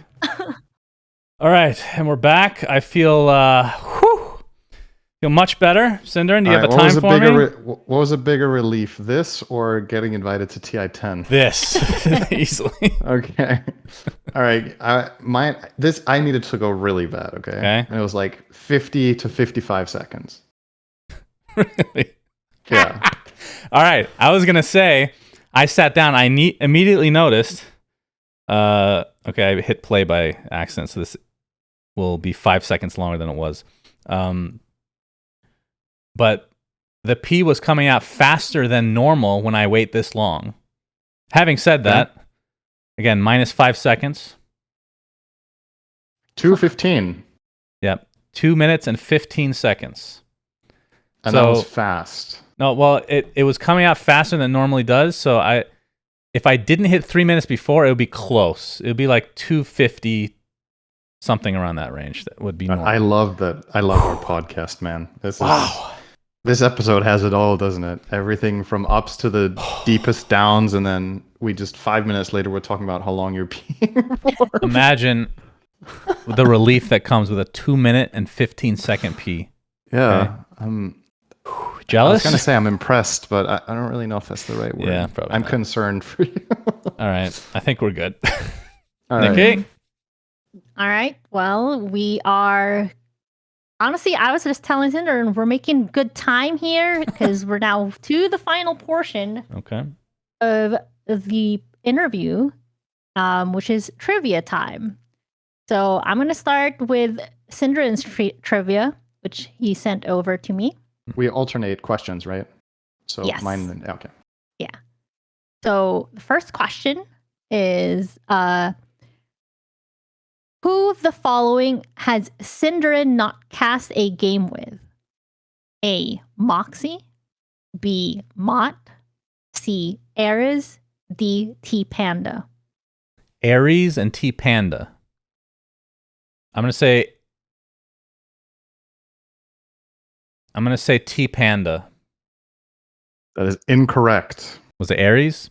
Yes. Damn it! It was a 50-50. You were very, very quick to dismiss Moxie and Mott. No, yeah, I remember you guys You casting were it at sure. some point. Yeah. Because I think so. I went to Dat Dota's library of casting, and I looked, and the only game it had 2 games with me and Mott on history, and 11 with Moxie. Hmm. So I don't know if I literally only cast 2 games with Mott. I remember casting with him. I remember we cast very little, but if it was only 2 games, Nah, it's definitely more than 2 games. Yeah. so I don't know. There must be something that it hasn't saved. But all right, All right. lost the 50-50. Good start. Yep. As usual. All right. So, Cinderen, what is Suns fans' middle name? A. Anton, B. Amir, C. Ali, Amir. B. D. Alexander. How did you know? I knew that. Damn it! I don't remember how I knew. Did you need Maybe I've multiple seen it. choice? No. Hmm. Or actually, okay, if you hadn't. Yeah, I might have actually needed multiple choice. The moment I heard it, I knew instantly it was that one. But if you just asked me off the top of my head, I might have not thought Okay. of it. All right. I Amir, think either maybe I've seen it on your driver's license or. Oh yeah, I have shown you my driver's license quite a few times because that's my skinny maybe picture. there or. Yeah, I don't know. I don't know where I know it from, but I was sure. So Amir is a Middle Eastern name, of course. It means prince in. Is it Farsi or Arabic? I don't remember. I'm a prince. That's all you need to know. All right. Mm-hmm. Some people have Prince as their first name. That's right. It should have been my childhood would have been a lot easier if Amir was my first name. I'll just say that. Amir Shannon. Nobody knows middle names. All right. All right, Shannon. All right, let me what just does- preface this really quickly, Okay. Nikki. Shannon, remember when we give our trivia, this is your first time giving trivia questions. I have given a lot. So it's hard. Oh, it's gonna be. What's It's your hard. favorite type of spoon? Is that It's what hard we're going to? come up with questions that are interesting. It gets more and more challenging. How many guest episodes have we had? Like 15 to 20 or something? Probably. I hope one of the questions is what is your dog's name. I'm really banking. No, on we're not doing that one. We're not doing that one this time. So I actually had to come up with 3. All right, go ahead with Cinderen's shitty question. It's not that bad. It's good. It's cute. What does Synderen call their robot vacuum? A. Robbie. B. Sucky. C. Zoomy. Or D. Sunzy. First one. What was the first one? Robbie. Damn it. Yes! That's right. Ah. Yes! The other ones are actually easy to eliminate. First of all, it's never going to be Sunzy. Zoomy, I just maybe. thought it was a funny answer. I knew you weren't going to. Zoomy, maybe. And the second one was what? Sucky? That's too sexual for you. It's a vacuum. It's too sexual for you still. No. You're the most asexual person I know other than Jenkins. Okay. That is a very major insult. Thank you. It's not an insult. Go ahead. Oh, all right. Moving on. Okay. What is Sunsfan's original in-game name? Oh, you told me this too. A. YOLO Brolo. B. White Trash. Oh, it's white. It's B. C. It's white trash. Rambo. Why is the because we were watching Parks and Rec? You have to give me the D answer as well. Yeah, D is the douche. Damn, I should have put the douche first. Dude, YOLO, bro. There is no way you would ever. You would never. That also wasn't even a word back then. Yeah, that's true. YOLO wasn't a thing until the 10s, I think. Yeah, I think I mentioned my name was White Trash a couple of times, Yeah, you did. unfortunately. That's And then I so changed it to funny. Pakistani Rambo for a long time, Oh yeah. and then that's Suns right. fan. So those are my 3 names. And I remember as a kid, like I don't know why I thought this was funny. If people would ask me where I'm from, I just say, I can't remember what state. I'm saying I'm like a white trash person from whatever state, and I live in a trailer with a satellite dish. That was my identity. For I don't know why. I'm like fucking 12 or something, you know? You would have been so great in role-playing games, man. All right, last Synderen trivia. Which of the following heroes was not his favorite at some point in Dota 1? Kunkka, Shadow Fiend, Meepo, or Beastmaster? Not one of your favorites? Yeah. So 3 of the 4 was my favorite hero at some point in Dota 1. I feel like Meepo is there as a red herring. Somehow that was your favorite hero. How is that possible? So Beastmaster, Kunkka, what was the other one? Shadow Shadow Fiend. Fiend. I'm going to say Kunkka. That is incorrect. Was Do you it wanna Meepo? guess a second time? Was it Meepo? No. Do you How- want to guess a third time? Shadow Fiend? It's Beastmaster. Let's go. God, I hate you. How do you like Meepo? What is this? Meepo was really different back then. I was never good at micro, but the way you played Meepo wasn't particularly micro heavy. You bought like auras, you bought like mech Vlads, and you just played this like mid-game tempo kind of thing. Interesting. So Okay. yeah. What's the And score right now? Kunkka was one of my best pro heroes in Dota 1, I think. I played that quite a bit. Yeah, that was a I played shit mid guess. 2 to in Dota 1. That was a shit guess. 2-1.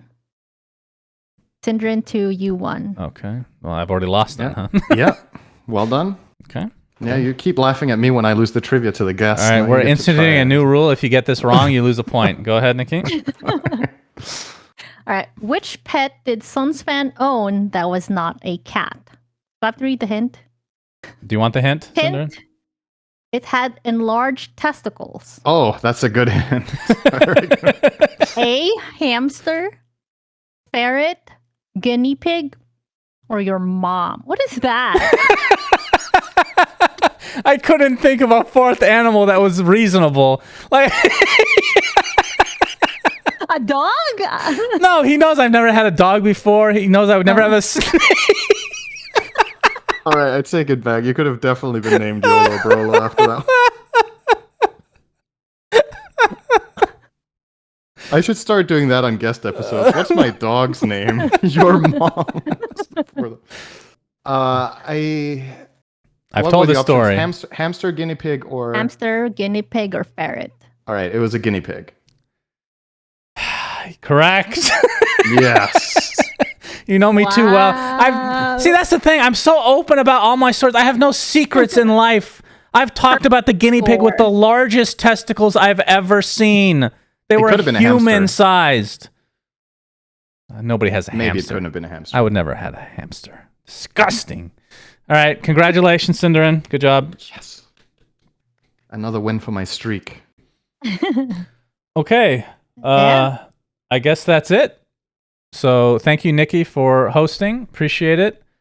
Thank you to our viewers for watching. Hopefully you liked this episode. This was a bit of a mixed bag, I guess, of different things that we've done in the past. So, and thank you for the support over the 4 years. Jesus Christ. Insane that we've been doing this for 4 years. That is so absurd. On to the next 100.